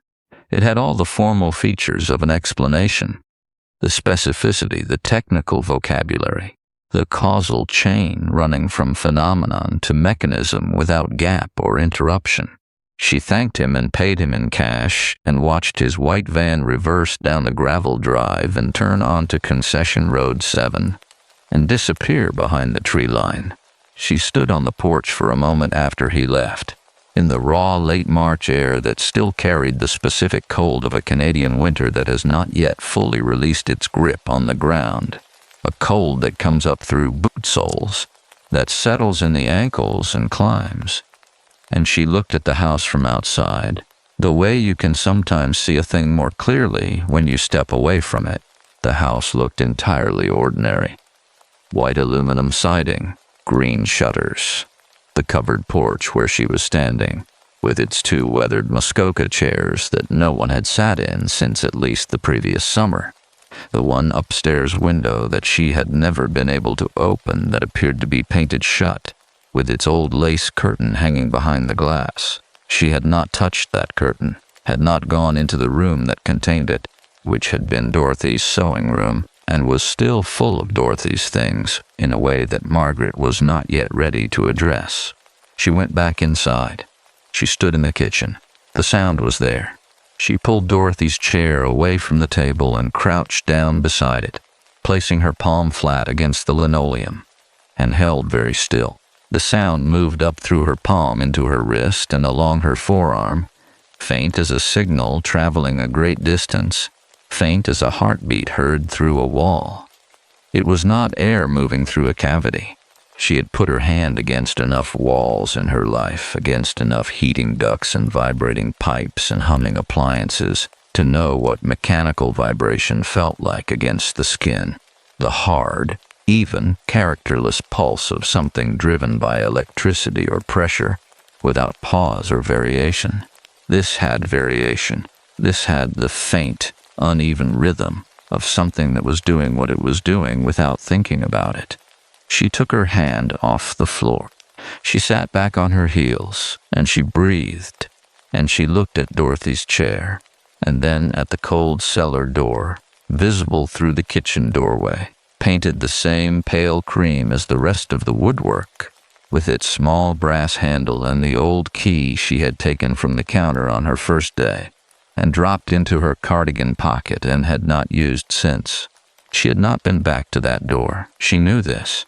She had gone around it, and past it, and had kept her eyes from it with the practiced skill of someone who has learned that some things are better approached in daylight, after sleep, after the particular courage that comes from having eaten a proper meal and drunk a full cup of tea and established that the morning is behaving normally. She had been waiting for such a morning. She was not sure she realized that it had arrived. She went to her bedroom and took the small key from the dish beside the bed, where she had eventually moved it. Because her cardigan pocket was not a good place for a key she kept thinking about, and she stood in the kitchen doorway with the key in her hand and looked at the cold cellar door and understood, with the precise, unwelcome clarity that comes at the exact moment you have run out of reasons to postpone something, that she was going to have to open it. The brass handle was cool against her fingers. She turned the key. She pulled the door open. The smell came out first. The cold earth smell she had noticed on the first day. The one she had failed to name, but older now. Or perhaps she was simply attending to it more carefully, and beneath the earth cold she found the other thing she had not been able to name.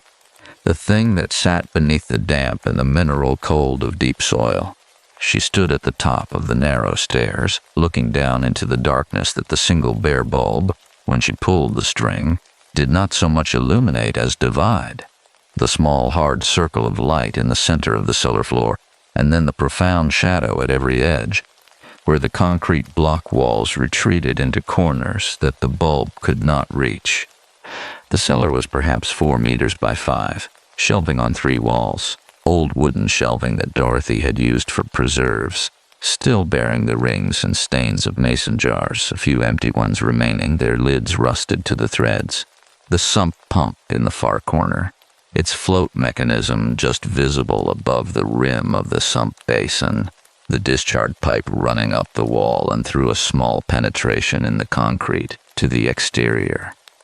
And the floor was packed earth, the way cold cellar floors in houses of this age and this construction style were packed earth, dark and dense and cold, and it was smooth in the way that earth becomes smooth over many years of occasional feet moving across it, and it smelled the way very old earth smells, like time compressed into matter, like the inside of something that has been closed for a long time. She stood at the bottom of the stairs and looked at the floor, in the hard shadow beside the shelving unit against the east wall, the unit she had not been able to see from the top of the stairs, the one positioned at an angle that put it outside the reach of the overhead bulb. There was a depression in the packed earth, roughly rectangular, approximately the length and width of a sleeping adult. The earth inside the depression was darker than the earth around it, and it was warm. She placed her hand against it, as she had placed her hand against the linoleum above, and the warmth came up into her palm with the quiet, steady certainty of something recently occupied. She straightened. She went back up the stairs without hurrying, because hurrying felt like the thing that would break something, and she locked the cold cellar door, and she stood in her kitchen with the key pressed between both hands, and she breathed. And she did not make a sound. She did not call the police that night. She stood in the kitchen for a long time, perhaps 20 minutes, perhaps longer, with the key pressed between her palms and the sound of her own pulse occupying the space behind her ears in a way that made it difficult to think clearly. And she ran through the reasons not to call, the way you run through reasons not to call when you are a woman living alone in a rural county, and you are not entirely certain that what you have found is what you think you have found, and you are acutely aware of how it will sound, described aloud to a stranger on a non-emergency line at 9:47 on a Thursday evening in March. She had found a depression in the earth floor of her cold cellar. Warm earth, roughly person-shaped.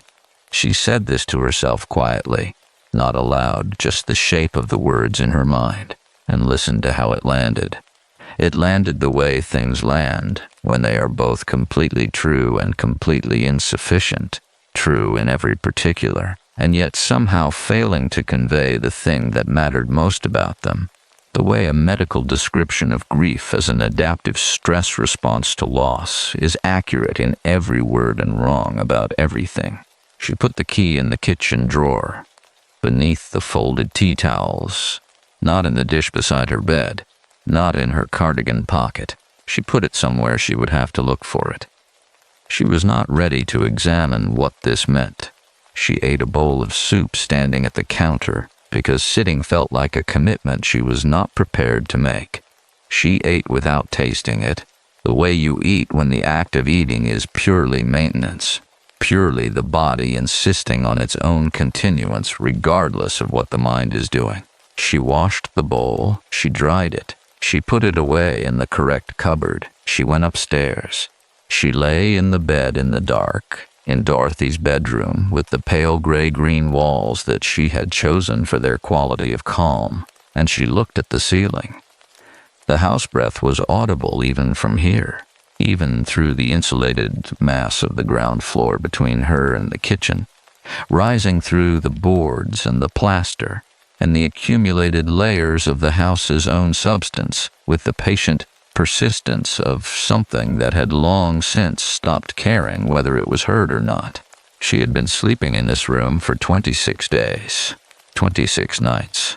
She pressed both hands flat against the mattress and felt, or believed she felt, or could not decide whether she felt, the faintest tremor moving up through the box spring, through the frame, through the wooden legs that sat on the old pine floorboards of the bedroom.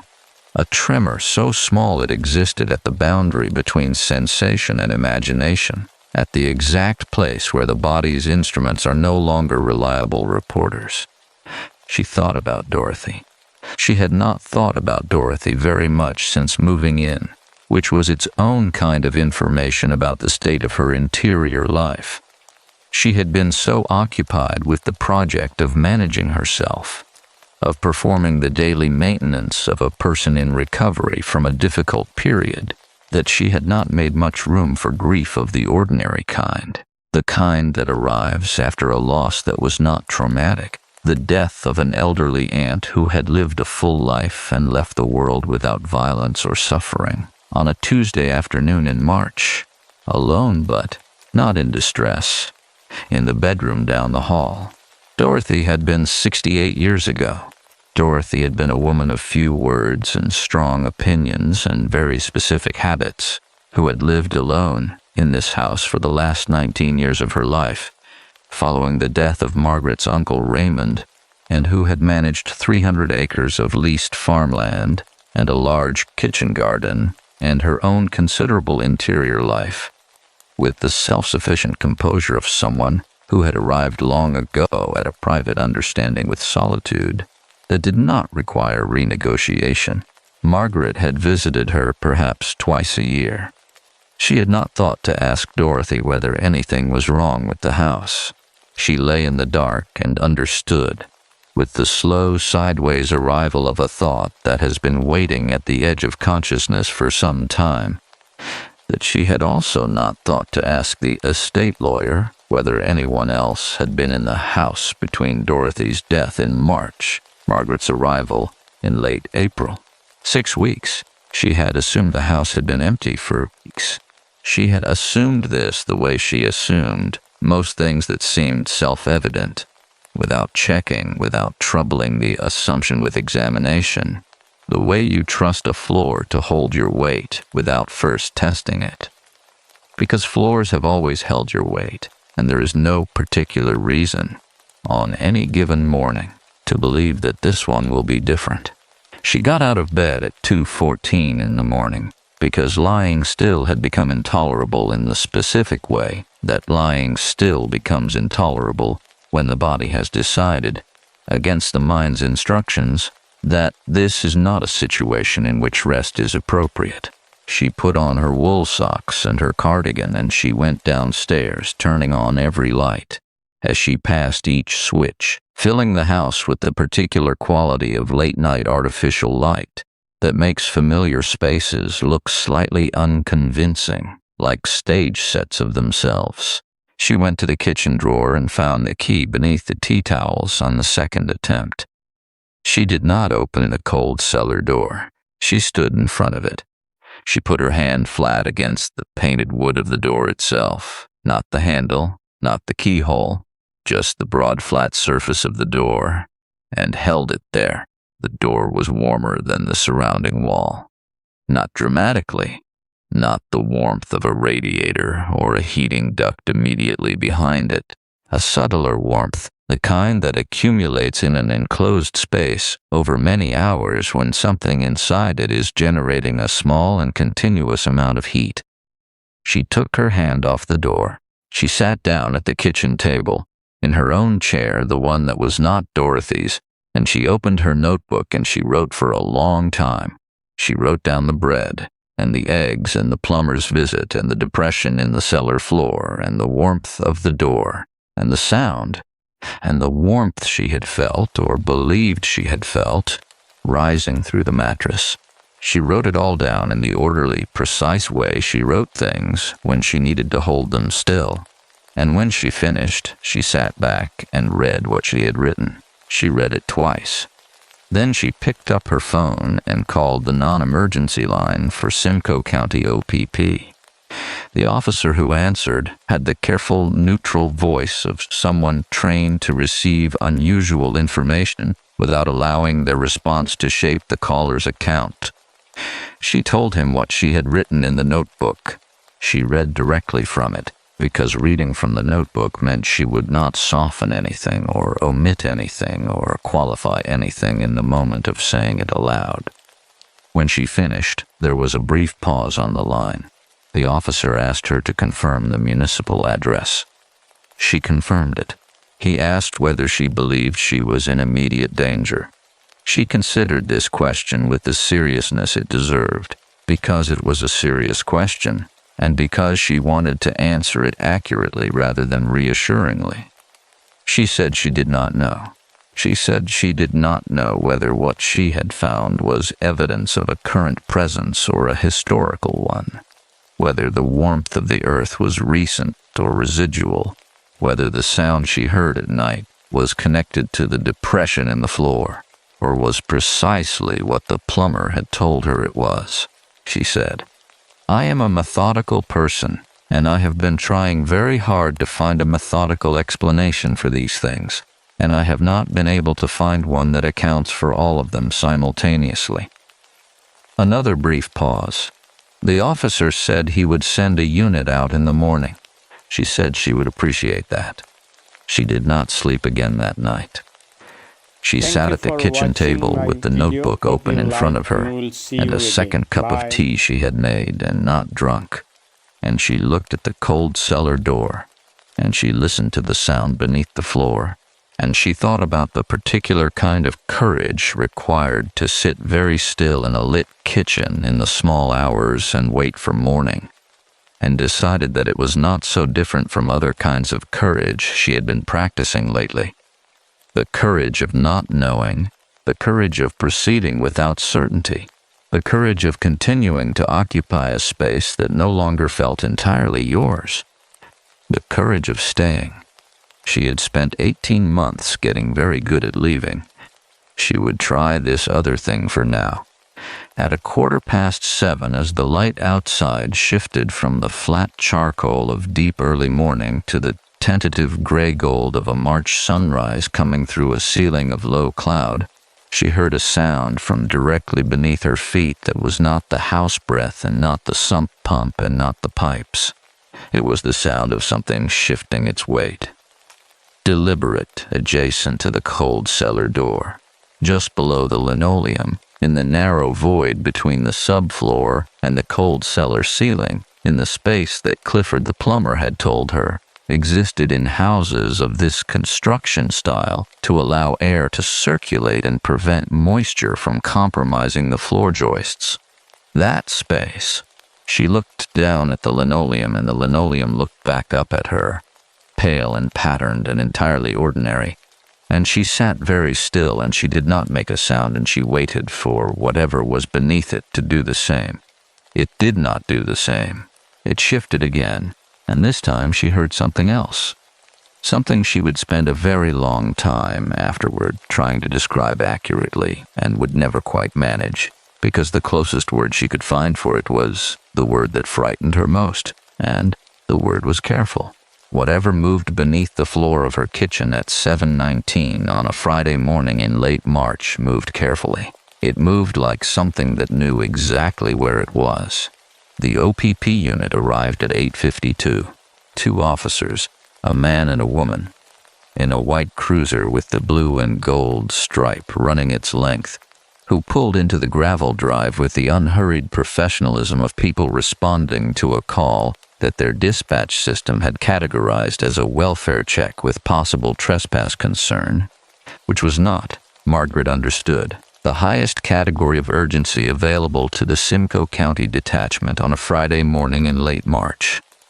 She had been standing on the porch since 8:40 because she could not remain inside, because the sound of that careful movement beneath the kitchen floor had not repeated itself after 7:19, and the silence that replaced it was, in its own way, worse, the silence of something that had become aware that it needed to be silent, which was a different quality of quiet entirely from the silence of something that was simply not there. She knew the difference now. She was not sure when she had learned it. The female officer was named Constable Reyes, and she was perhaps 35. With dark hair pulled back and the particular quality of attentiveness that Margaret associated with people who had trained themselves to listen to what was being communicated beneath the words being spoken. The male officer was named Constable Bertrand, who was younger, broader across the shoulders, and carried himself with the physical confidence of someone for whom most problems resolved themselves once a sufficient amount of his physical presence had been applied to them. Margaret appreciated both of them for different reasons and showed them inside. She had done, in the hour between 7:19 and their arrival, something she was quietly proud of. She had moved Dorothy's chair from the kitchen table and positioned it against the wall beside the cold cellar door, not blocking the door, but adjacent to it, at an angle that gave her a clear sight line to both the door and the section of floor above which she had heard the careful movement. She had sat in Dorothy's chair with her notebook open on her knee, and she had written down, at the exact time of occurrence, every sound she heard, whether she could identify it or not, in the same orderly columns she had used throughout her working life to track land use variance applications and public consultation records, and all the other forms of careful documentation that her profession required. Nothing had moved again beneath the floor. The cold cellar door had not changed. The house had been entirely, performatively quiet.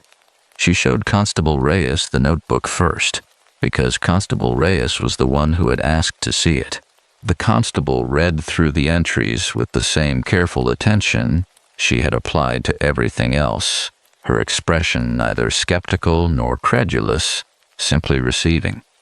She sat Margaret 3 questions in quick succession, in a tone that was neither interrogative nor reassuring, but, somewhere between the two, the tone of someone gathering information for its own sake, rather than to confirm a conclusion already reached. She asked how long Margaret had been in the house. She asked whether anyone else had a key. She asked whether Margaret had been inside the cold cellar since the previous evening.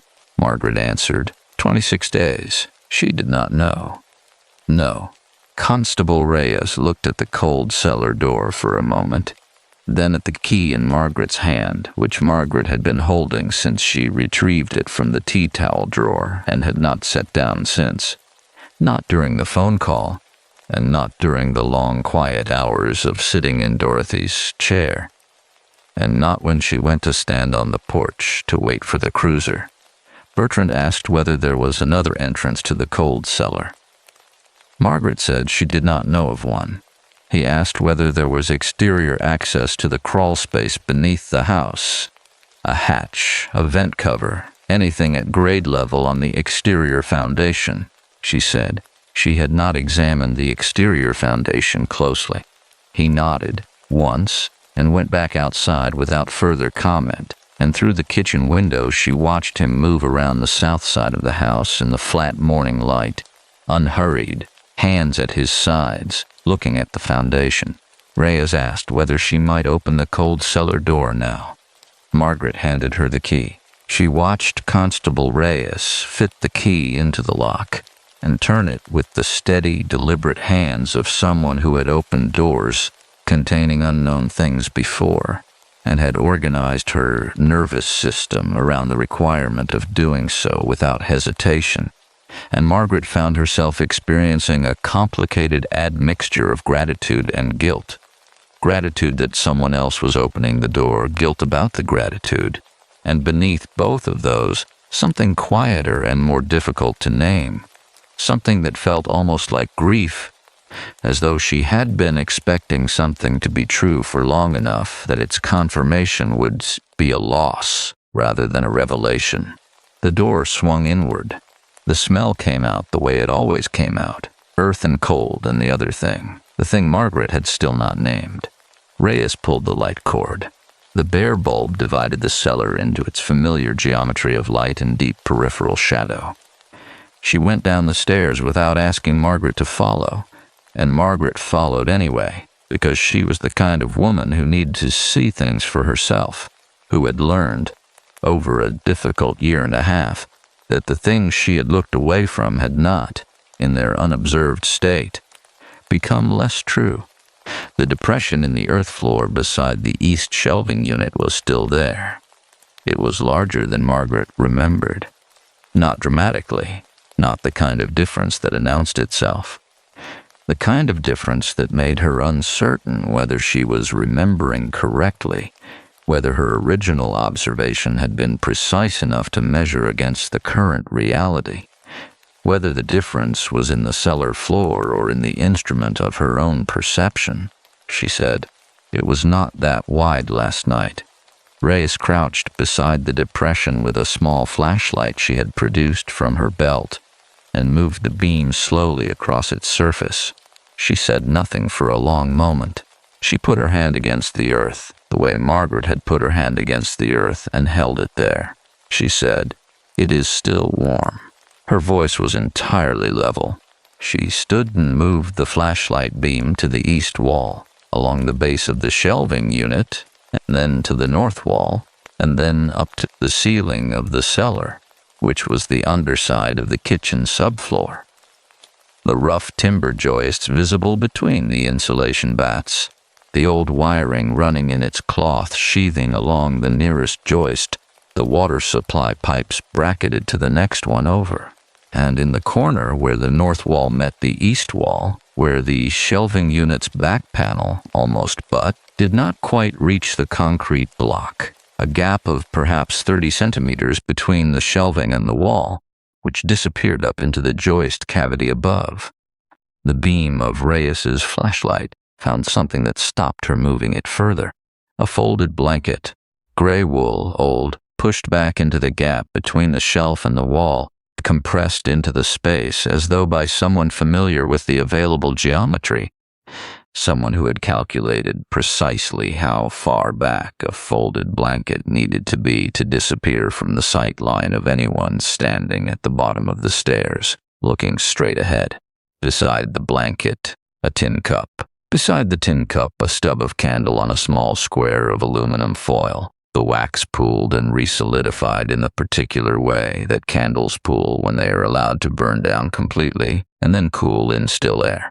And beside the candle, set against the concrete block, with the care of someone arranging things in a space they intend to return to, 3 items placed in a row with a deliberateness that made Margaret's breath leave her body in a single quiet exhalation, because the deliberateness was the thing, not the items themselves, but the fact that they had been placed, that someone had placed them, that the placement communicated the existence of a person who had a preferred arrangement for the small objects of their daily life, a person with habits and preferences and a relationship to this particular patch of dark and cold that was old enough and settled enough to have produced habits and preferences in the first place. A paperback book, its spine cracked and swollen with damp, a folded piece of paper, and a photograph. Reyes did not touch any of them. She stood up and put the flashlight back on her belt and took out her radio. She said into the radio that she needed the property checked for exterior foundation access, and that she was requesting a second unit, and that she was calling it as a confirmed trespass with suspected ongoing occupancy.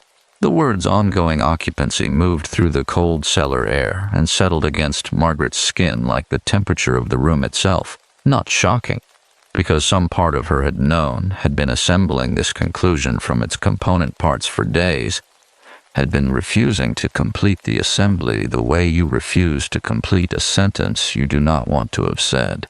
Ongoing occupancy. Someone lived here. Someone had been living here, in this cellar, beneath this floor, beneath her floor, while she made her tea in the morning and ate her soup standing at the counter, and lay in Dorothy's bed listening to the house breathe and told herself, over and over, with the exhausted determination of a woman who had spent 18 months rebuilding her capacity to trust the world around her, that she was safe, that she was alone, that the sounds were the pipes, and the floor was the floor, and the silence was simply silence.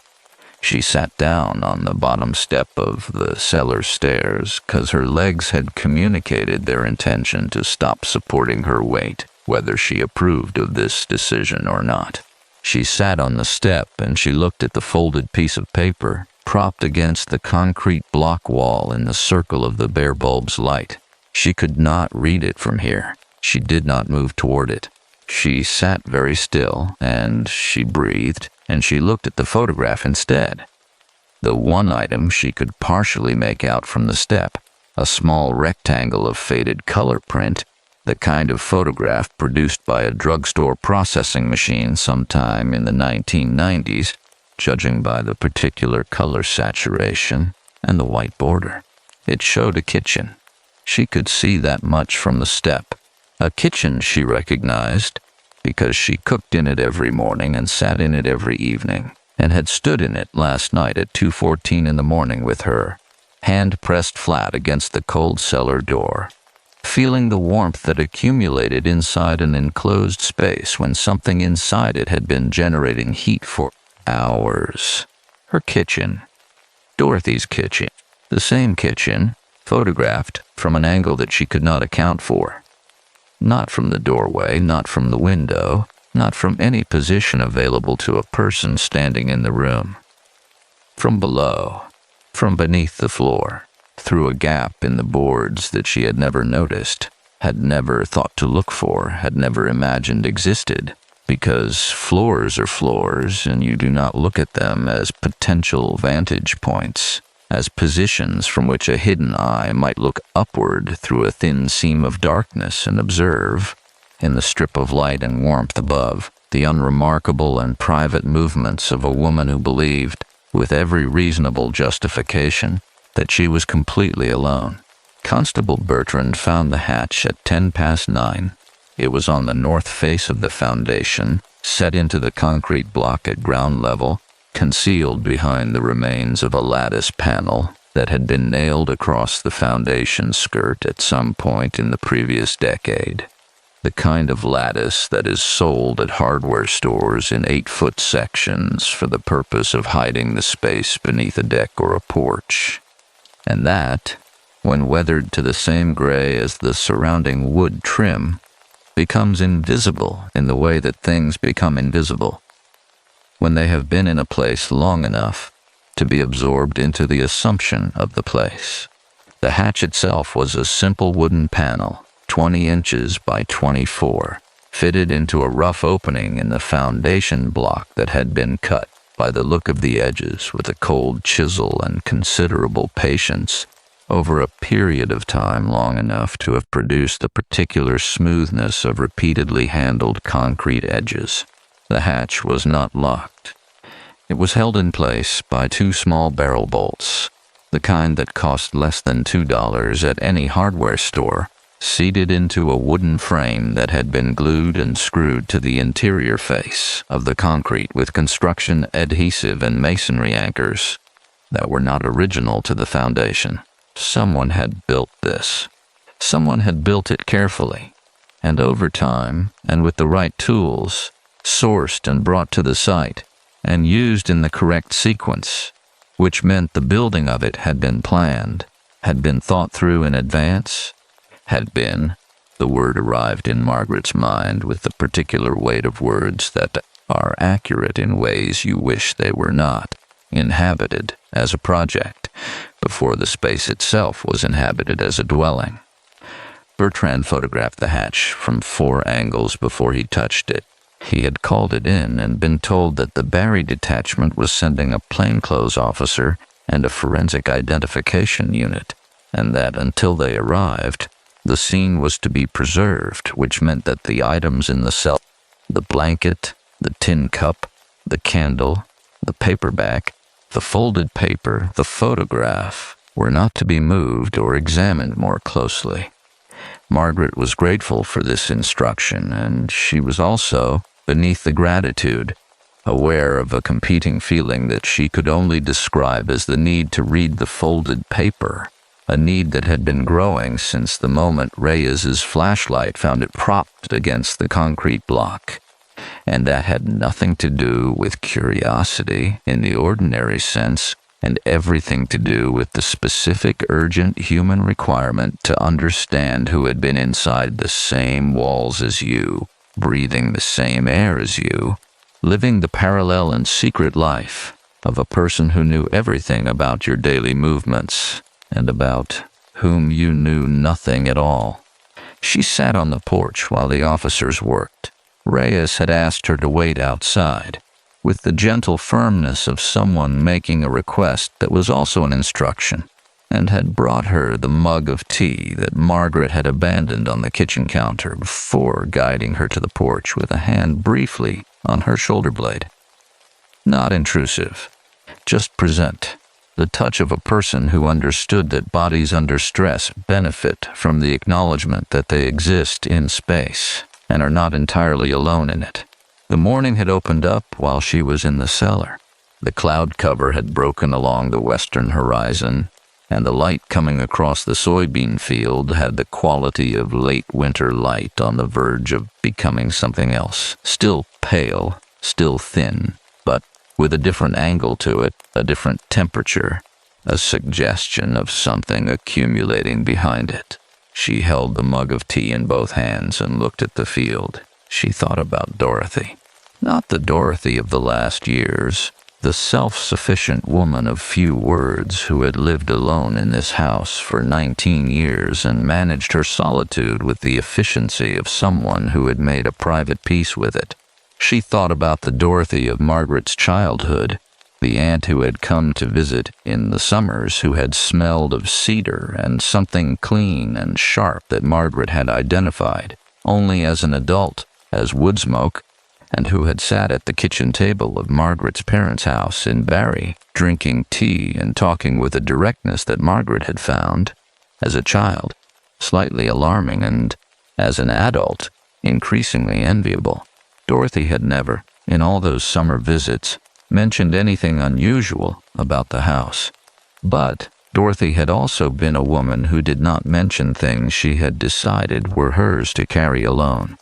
Margaret had understood this about her aunt, with a clarity that had sharpened considerably in the past 18 months, during which Margaret herself had become, out of necessity, a person who carried things alone, who had learned to compress the weight of a marriage's end and a life's reorganization into a shape small enough to be managed in the ordinary intervals of a working day, and who had moved to a dead woman's house in the country and told herself she was healing when she was also, she could see this now, hiding. She wondered if Dorothy had known about the hatch. She wondered if Dorothy, who had lived alone here for 19 years, had heard the house breath rising through the kitchen floor and had reached her own conclusions about it and had made her own decision about what to do with those conclusions, whether to call the OPP non-emergency line or whether to go on drinking her tea at the kitchen table in the particular, self-sufficient silence of a woman who had decided, for reasons Margaret could not know and would now never be able to ask, that the thing beneath the floor was a thing she could live with, whether she had, in some complicated and entirely Dorothy way, chosen to let it be. She put this thought down carefully, the way you put down something fragile that you cannot afford to examine right now. The second unit arrived at 9:47. The plainclothes officer was a woman in her mid-40s named Detective Sergeant Anand, who arrived in a gray sedan and moved through the property with the economical attention of someone who had learned to look at spaces rather than things, to read the grammar of a scene rather than its individual words. She spoke to Reyes at length, in a low voice beside the cruiser, and then came to the porch and sat in the second Muskoka chair beside Margaret without preamble and asked her to go through everything from the beginning.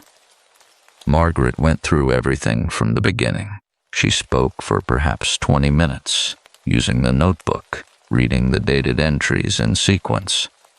Anand listened without interrupting, which was the kind of listening that Margaret had rarely encountered and found, in this particular moment, almost unbearably relieving. The listening of someone who had decided in advance to receive the complete account rather than the summarized one, who understood that the details that seemed peripheral were often the ones that mattered most. When Margaret finished, Anand asked one question. She asked, "In the time you have been in the house, did you ever feel watched?" Margaret opened her mouth to say no, because no was the automatic response, the response that a rational person with a commitment to not catastrophizing gives to a question like that. She closed her mouth. She thought about the 26 mornings she had stood at the kitchen counter making tea, facing the window, with the floor beneath her feet warm and the sound rising through the linoleum, and the way she had arranged herself in relation to that sound over the preceding weeks. Not facing it, not turning toward it, positioning her body instinctively with her back to the cold cellar door, the way animals position themselves in open spaces with their backs to cover, the way she had stopped eating at Dorothy's chair, the way she had stopped sitting in any chair that put her back to the kitchen floor. Small adjustments, made without conscious deliberation, made by a body that had been receiving information that the mind had been declining to process. She said, "Yes, I think I did. I think I simply did not allow myself to know it." Anand nodded, once the nod of someone receiving confirmation of something they had already understood. She said, "There are footprints in the earth beneath your kitchen floor, in the crawl space between the subfloor and the cold cellar ceiling. More than one set." Margaret looked at her. Anand said, "The space is approximately 60 centimeters in height. A person would need to move through it on their hands and knees, or on their stomach. There are impressions consistent with both. There is also evidence of prolonged stillness in one position, directly below the area of your kitchen table."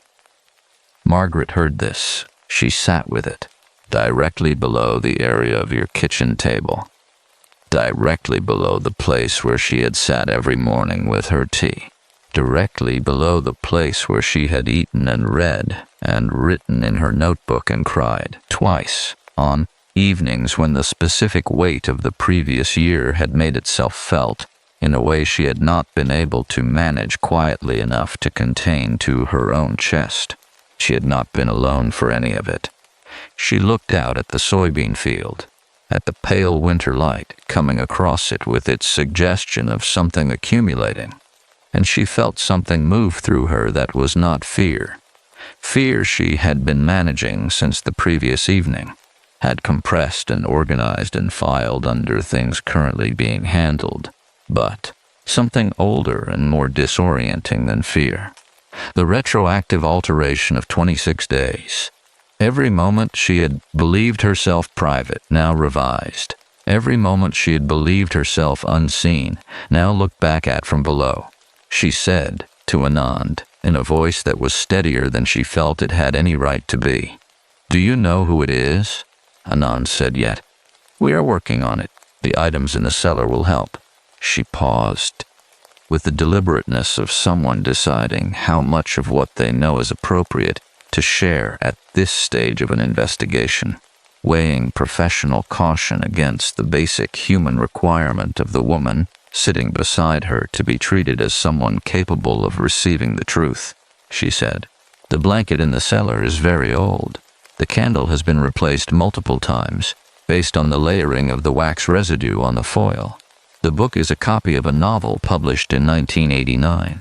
The photograph was taken through a gap in your kitchen subfloor that our forensic officer estimates was created at least 15 years ago, based on the oxidation of the cut wood edges."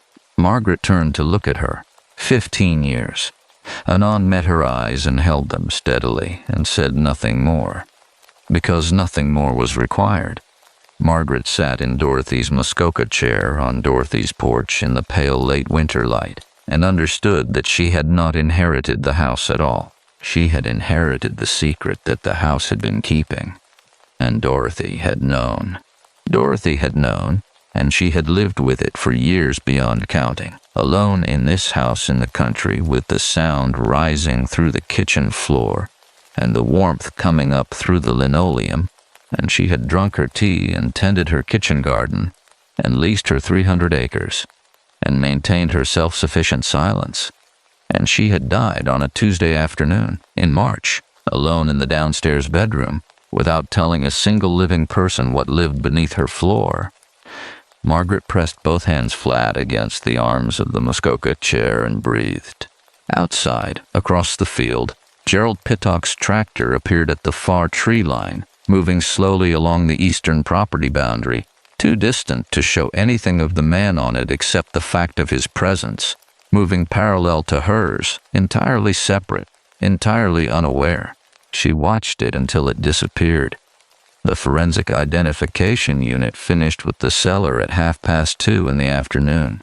Margaret knew this because Constable Reyes came to the porch at 2:34 by the clock on Margaret's phone, which she had been checking with the regularity of someone who needs the objective measurement of time to confirm that it is in fact passing, that the morning has not simply stopped and folded itself around this single point and decided to remain. Reyes said they were done with the primary scene documentation, and that Detective Sergeant Anand would like to speak with her again inside, if she was ready. Margaret said she was ready. She had been sitting on the porch for 4 hours and 42 minutes, which she knew because she had written the time of Anand's departure in her notebook, 10:48, went inside Foundation Hatch, and had been writing entries at intervals since, not because anything was happening on the porch that required documentation, but because the act of writing kept her hands occupied and her mind organized around the structure of recording rather than the structure of feeling, which was the structure she needed to not be inside right now. She went inside. The house smelled different. This was the first thing she noticed. A change in the quality of the air, something introduced by the morning's activity, the movement of multiple people through rooms that had been inhabited by one, the particular olfactory disturbance of official presence, latex gloves and equipment cases, and the cold outdoor air that had been carried in and out through the repeatedly opened front door. Beneath all of that, still, the earth smell from the cellar. The cold cellar door was open. She had not seen it open in daylight before, and the darkness below the step was different in the afternoon. Not the absolute dark of night, but a dim gray-brown that admitted just enough light from the kitchen above to suggest the shapes of the shelving units without fully revealing them, the way a thing half seen is sometimes more present than a thing fully illuminated. She looked away from it. Anand was at the kitchen table with a folder open in front of her and a paper cup of coffee from what must have been a thermos in the cruiser, because Margaret had not made coffee and there was no other explanation for it. She had the unhurried composure of someone who had spent the intervening hours doing a great deal of methodical work and was now prepared to share the parts of it that were shareable. She gestured to the chair across from her. Margaret sat. Not Dorothy's chair, which was still positioned against the wall beside the cold cellar door where Margaret had moved it in the early hours of the morning.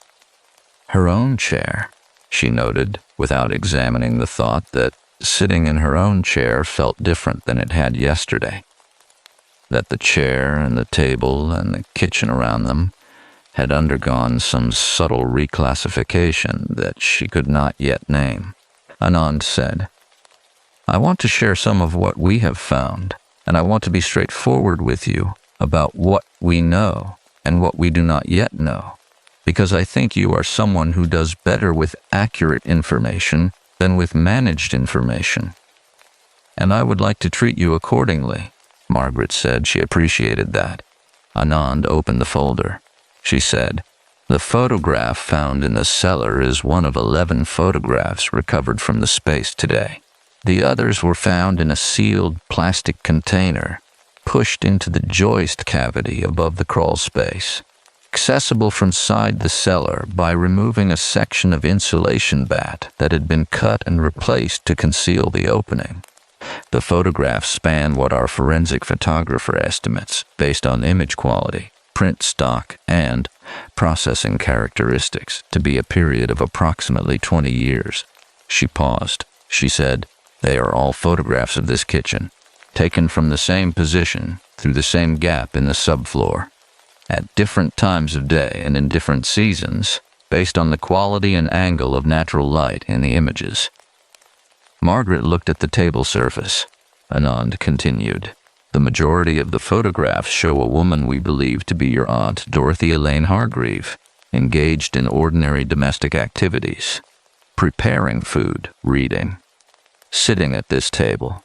There are a smaller number of photographs that appear to have been taken in the period following her death, during the 6 weeks before your arrival, in which the kitchen is empty.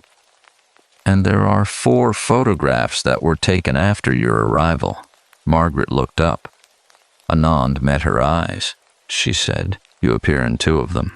The kitchen held this information in its particular afternoon quiet for a long moment, with the muffled sound of the officers working outside coming faintly through the window glass, and the cold cellar breathing its damp earth breath through the open door behind Margaret, and the weak sunlight coming through the south-facing window at the low angle of late winter afternoon, laying a pale rectangle across the linoleum that stopped just short of where Margaret's feet were resting flat against the floor.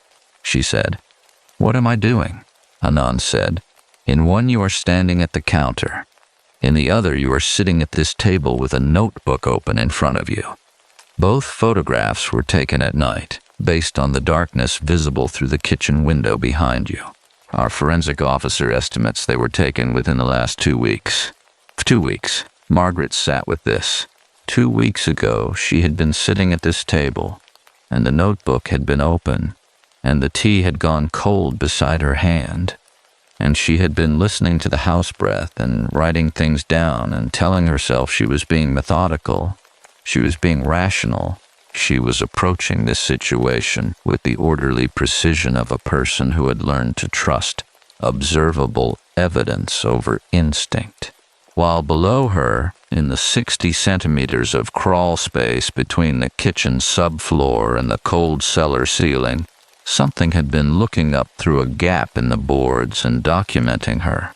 She thought very briefly about the nature of documentation, about the impulse to make a record of a thing you wish to keep, to fix it in place against the movement of time, to say in the language of a preserved image, "This existed, this was real, I was here and I saw this."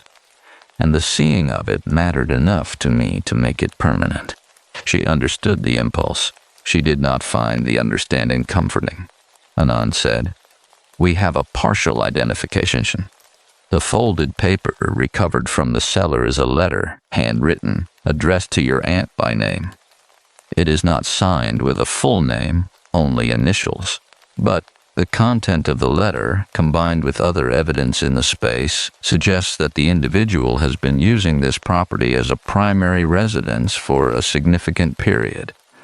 Margaret said, "How significant?" Anand said, with the careful precision of someone offer a figure they are confident in and do not wish to have misunderstood. Our current estimate based on the cumulative evidence is somewhere between 15 and 20 years. 15 to 20 years. Dorothy had moved into this house 61 years ago as a young wife and had lived in it for the last 19 of those years alone. And for somewhere between 15 and 20 of those 19 years she had shared it, in the particular and terrible sense of shared that they were currently discussing, with a person who lived beneath her floor and photographed her kitchen and left a warm depression in the cold earth of the cellar and moved, in the small hours, with the careful deliberateness of someone who knew exactly where they were, and had been here long enough to know every creak of every board, and every gap in every wall, and every pattern of every ordinary day unfolding in the rooms above. Margaret said, "Did she know?" She said it the way she had asked it on the porch, not as a rhetorical question, not as an expression of disbelief, but as a genuine inquiry asked of someone who might have information that bore on it. Anand was quiet for a moment. She said, "The letter is addressed to her by name. It uses a familiar register. It references specific events, a power outage, a night of heavy snow, a meal whose smell still the writer describes as reaching him below. It is not the letter of a stranger. The language suggests a long acquaintance." Margaret said, "She knew." Anand said, "That is our current working assumption, yes?"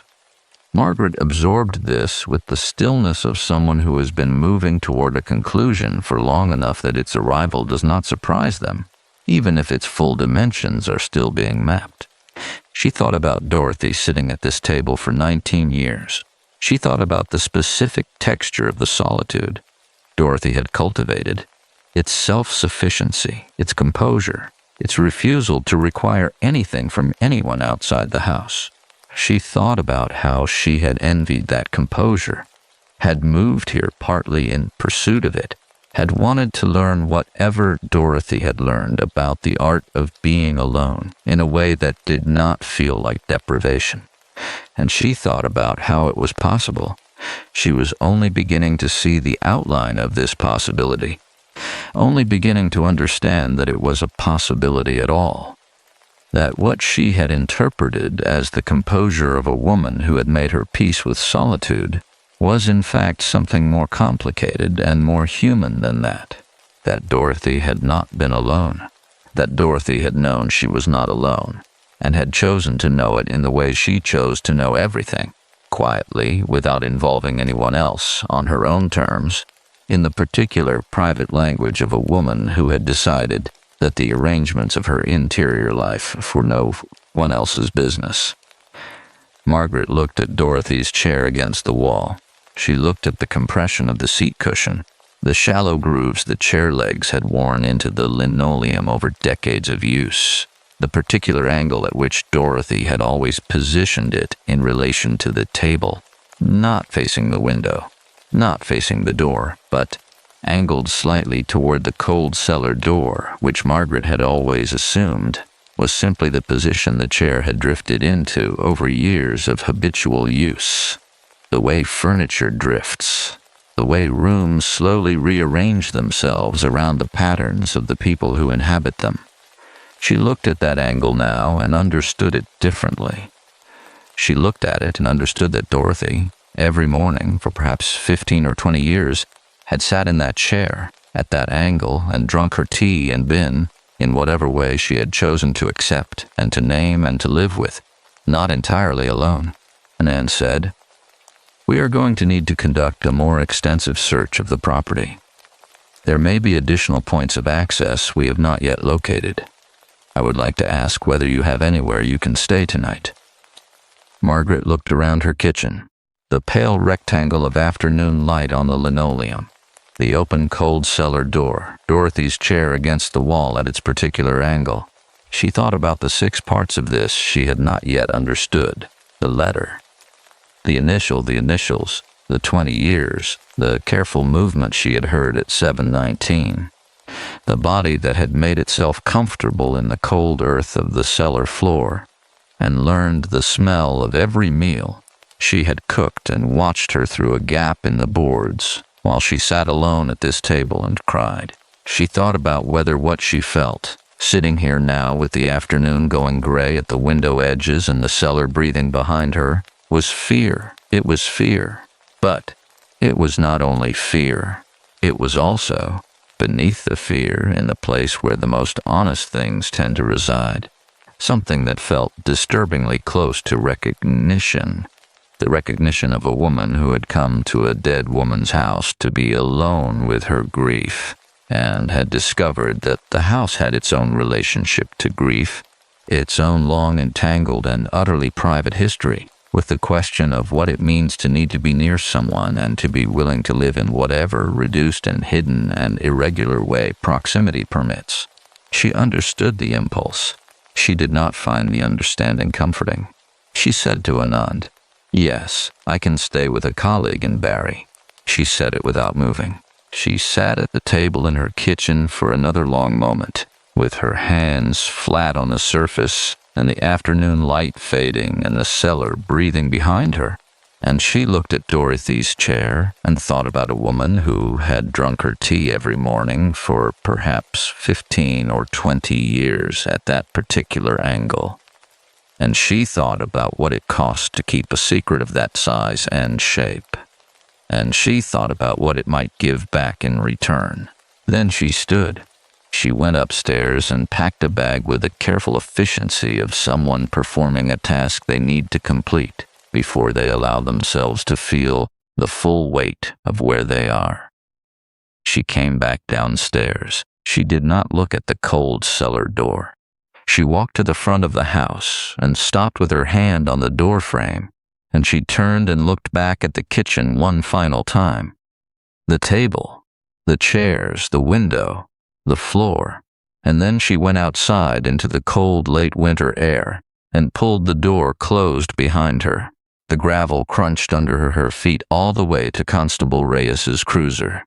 She did not look back at the house.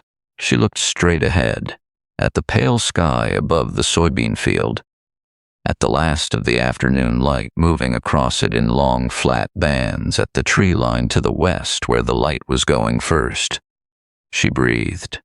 She got in the car. They found him on the Saturday. Margaret learned this at 8:14 in the morning, in her colleague Patricia's spare bedroom in Barry, from a call from Detective Sergeant Anand that lasted 11 minutes and covered, in the careful sequential manner that Anand applied to all information she shared, what had been found, where it had been found, and what it meant for the immediate situation, and what it did not yet mean, and what remained unknown in descending order of certainty. She sat on the edge of the spare bed, with her phone pressed to her ear and her wool socks on, and the pale Barry morning coming through the gap in the curtains, and she listened to all of it without interrupting, because interrupting Anand felt like pulling a thread from a piece of fabric before it had been fully woven. Counterproductive, potentially damaging to the structure of the thing. His name was Colin Aldred Marsh. He was 61 years old. He had been located, not on the property, but in the town of Stainer, 11 kilometers west on Highway 26, at a rooming house on a side street behind the Canadian Tire, where he had rented a room. The second room on the left at the top of the stairs, with a window facing the parking lot, for a period of 3 weeks prior to his location by OPP officers who had his description from the evidence recovered in the cellar, and who had canvassed Stainer and 2 other nearby communities before a clerk at the pharmacy on Main Street recognized the description and provided an address. He had not resisted. Anand said this in the particular way she said things that were significant, not with emphasis which would have colored the information, but with a fractional additional pause before the sentence that gave it room to arrive on its own terms.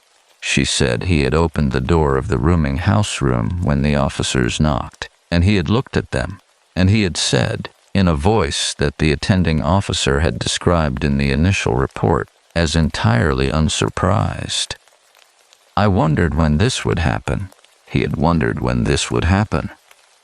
Margaret sat on the edge of Patricia's spare bed and held these words in the precise way you hold something whose weight you are trying to assess, turning it carefully, feeling for its edges. He had been expecting it, not with the resignation of someone who has been caught doing something they know to be wrong, and has accepted that consequence is eventual and inevitable. Something more particular than that, and more difficult to categorize. The unsurprise of someone who has been living in proximity to a particular outcome for long enough that it has begun to feel less like a threat and more like an appointment, scheduled somewhere in the uncertain future, whose date has simply now been confirmed. Anand said he had been cooperative. She said he had provided, without being asked, a detailed account of his use of the property on Concession Road 7, which he had begun, he stated, in the autumn of 2005, initially as temporary shelter following a period of homelessness that had begun after the dissolution of a common-law relationship and the loss of a job in Collingwood, and which had become, gradually and then permanently, his primary residence. 2005. 21 years. Margaret looked at the gap in the curtains and the pale berry morning beyond it. Dorothy had been alive in 2005. Dorothy had been in the house, in full occupation of her 300 leased acres and her kitchen garden and her self-sufficient composure. And Colin Aldred Marsh had come in through a hatch that he had cut in the foundation with a cold chisel and considerable patience, and he had made himself a place in the cold cellar beneath her floor, and Dorothy had. Here was the part that Margaret could not yet fully assemble into a shape she understood. Dorothy had known. She asked Anand directly, "Does he confirm that Dorothy was aware of him?" Anand said, "He does. He states that she became aware of his presence in the winter of 2006, approximately 4 months after he first entered the property. He states that she confronted him at the cold cellar door, that she came downstairs one morning and unlocked the door and opened it and stood at the top of the stairs and looked at him directly and said, and this is his account of her words, which we cannot independently verify, but which I am sharing with you, because I think they are relevant. I know you are there. I have known for some time. I want to know what you intend." Margaret breathed. She said, "What did he say?" Anand said, "He told her he intended nothing, and that he would leave if she asked him to, and that he was sorry for entering without permission, which he had done because he was cold and because the hatch had been there already. He states he did not cut the original hatch, that it was present when he arrived, which we are not able to confirm, but which is consistent with the oxidation evidence suggesting the opening predates his occupation. The hatch was already there. Someone before him had cut it." Margaret filed this information in the part of her mind that was still functioning as a recorder rather than a recipient, because the part of her that was a recipient was currently at capacity. She asked, "What did Dorothy say?" Anand paused with the precise deliberateness of someone who has been waiting for this question and has been considering since the interview how to convey the answer accurately. She said, "According to Marsh, Dorothy stood at the top of the cellar stairs for a long moment without speaking. Then she said, 'I am going to close this door now. I am going to go and make my breakfast. I would ask that you be quiet during the morning hours because I think better in quiet mornings.' And she closed the door and went and made her breakfast." Margaret sat on the edge of the spare bed. She did not speak for a moment. She thought about Dorothy standing at the top of the cellar stairs, with the bare bulb light coming up from below, looking down at a man in her cold cellar, a 60-something woman in her wool socks, and her house-dress looking at a stranger who had made himself a home beneath her floor, and saying, in the precise and unadorned language that Dorothy applied to everything, "I would ask that you be quiet during the morning hours, because I think better in quiet mornings," and then closing the door, and then making her breakfast. The absolute Dorothiness of it was so complete, so perfectly consistent with every memory Margaret had of her aunt, that she felt, alongside everything else she was feeling, and she was feeling a great deal, in multiple registers simultaneously, the way you feel things when a narrative you have been living inside turns out to have been a different narrative entirely. She felt, beneath it all, a grief so specific and so clean that it cut through the rest of it like cold air through a gap in a wall. She missed Dorothy. She missed her with the sudden, unprepared force of a grief that had been waiting. She understood now, since March, since the phone call from the estate lawyer, since the drive out to Concession Road 7 on a gray April morning, to look at a house she had never expected to own, and that she had been managing rather than feeling, filing under things currently being handled in the same organized way she had been filing everything for 18 months. She said to Anand, with the steadiness of someone performing a significant amount of work to maintain a particular tone, Did he describe what their arrangement was between them? Anand said, "He describes it as an understanding," his word. He says they did not speak often. He says she left food for him occasionally, at the top of the cellar stairs. He specifies soup, in winter, and bread, always the same seeded rye bread from the bakery in Collingwood, left in a covered dish outside the door on evenings when the temperature dropped below -15. He says she never asked him to leave. He says she asked him, once in the second year, why he did not simply find somewhere proper to live, and he told her that he had tried and that the somewhere proper had not held, and she had said nothing in response to this, and had gone back to the kitchen, and that had been the entirety of the conversation. Seeded rye bread from the bakery in Collingwood. Margaret thought about the bread she had bought at the supermarket 3 weeks ago, the seeded rye loaf she had chosen without thinking. The way you choose things that seem vaguely familiar without being able to locate the source of the familiarity. She thought about the 4 slices that had gone missing. She thought about the 3 eggs. She thought about the warmth she had felt rising through the linoleum on the first morning she stood in the kitchen making tea, which she had attributed to the sump pump, and then to the subfloor air cavity, and then to nothing at all, because there was no comfortable destination for that warmth to travel to if she let herself follow it to its source. She asked, did he understand that Dorothy had died? Anand said yes. He states he was aware of her death in March. He states he remained in the property afterward because he had nowhere to go, and because the house was familiar, and because he did not know what else to do. He did not know what else to do. She thought about the 6 weeks between Dorothy's death and her own arrival. The empty kitchen in the photographs, the bare table, no movement above him in the rooms he had spent the 21 years listening to. The specific and total quality of an absence that has replaced a presence you have organized your entire existence around, however secretly, however irregularly, however far beneath the surface of the life being lived above. She thought about what it would be to grieve someone from below their floor. She said, and her voice was entirely steady, which cost her something she would account for later, when she was alone and the accounting was appropriate. What happens now? Anand said he had been charged with trespass and break and enter, and that the question of further charges was under review, and that the photographs constituted a separate matter that was being examined, and that a bail hearing was scheduled for Monday morning. She said, and the house, Anand said, The scene is cleared. You can return whenever you are ready, whenever you are ready.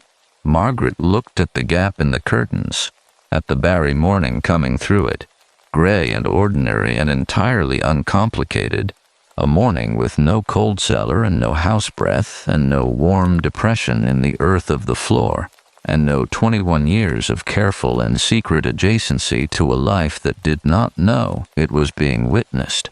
She thought about going back. She thought about it with the careful honesty she had been trying to apply to things lately, looking at it directly rather than at the more comfortable version of it available in her peripheral vision. The house was hers. Whatever the house contained, whatever its history, whatever its layers, whatever its particular grammar of secret and silence, and the strange, ungovernable human need to be near warmth without being asked to account for that need. The house was hers, and she was a woman who had spent 18 months learning not to leave things, and she was not going to start again now. She said to Anand. "Thank you," she said. "I will go back today." She ended the call. She sat on the edge of Patricia's spare bed for a long time, with her wool socks on and the morning coming through the curtains, and she breathed, and she thought about Dorothy standing at the top of the cellar stairs in her house dress, looking down at a stranger and saying, "I would ask that you be quiet during the morning hours, because I think better in quiet mornings," and then closing the door and going to make her breakfast with the unhurried composure of a woman who had decided, for her own reasons, in her own private language, that the arrangements of her interior life were nobody else's business.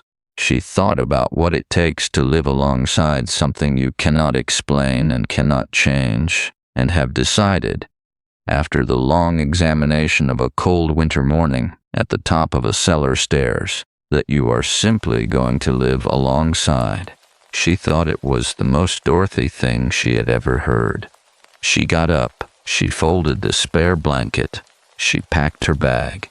She went downstairs and thanked Patricia, who asked no questions because Patricia was a person who understood, by long experience of Margaret, when questions were not the thing that was needed, and who made her a piece of toast instead, and put it in her hand as she went out the door. And Margaret stood on Patricia's front step in the raw March morning eating the toast and looking at the gray sky above Barry and feeling, for the first time since she had opened the cold cellar door and found the warmth in the earth, something that was not fear and not grief and not the complicated almost recognition of the night before. Something simpler. The feeling of someone who has been holding very still for a very long time and has decided in the quiet of an ordinary morning that it is time to move. She got in her car. She drove west on Highway 26 toward Stainer and past it, past the Canadian Tire and the rooming house on the side street that she did not look at as she passed, and out through the thin scrub and the open fields and the pale light moving across all of it. And she turned south on Concession Road 7 and drove until the house came into view above the field. White aluminum siding, green shutters, the covered porch with its 2 Muskoka chairs. And she turned into the gravel drive and stopped the car and sat for a moment, looking at it. The house looked entirely ordinary. It always had. She got out of the car, and the gravel crunched beneath her feet, and the cold air came against her face. And she went up the porch steps and unlocked the front door and went inside. She stood in the kitchen. The cold cellar door was closed. The key was in the lock, where Anand or Reyes had left it. Dorothy's chair was still against the wall at its particular angle. She stood in the kitchen for a long moment, very still, listening to the house around her with the full attention of someone who has learned, through a difficult and irreversible education, exactly what she is listening for. The house was quiet, not the performing quiet of the previous morning, the silence of something that has become aware it needs to be silent. The other kind. The old kind. The kind that had been here before Colin Aldred Marsh, and before Dorothy, and before whoever had cut the original hatch in the north foundation wall, and before all of it, The deep, layered, patient quiet of a house that has been standing in a field for 67 years, absorbing weather and releasing it. Breathing in the way that old houses breathe, which is not the breath of any living thing, but is not entirely unlike it either. She listened to it, then she went to the counter and filled the kettle and set it to boil. She took Dorothy's chair from the wall. She carried it back to the table. She sat down in it, at Dorothy's angle, which was also now her angle, and she put her hands flat on the table and looked at the cold cellar door and waited for the kettle. Outside, across the field, the pale late winter light moved in long flat bands across the soybean stubble, the way it had moved every morning she had been here, uninterrupted, indifferent entirely itself. The kettle began to sing. She got up and made her tea.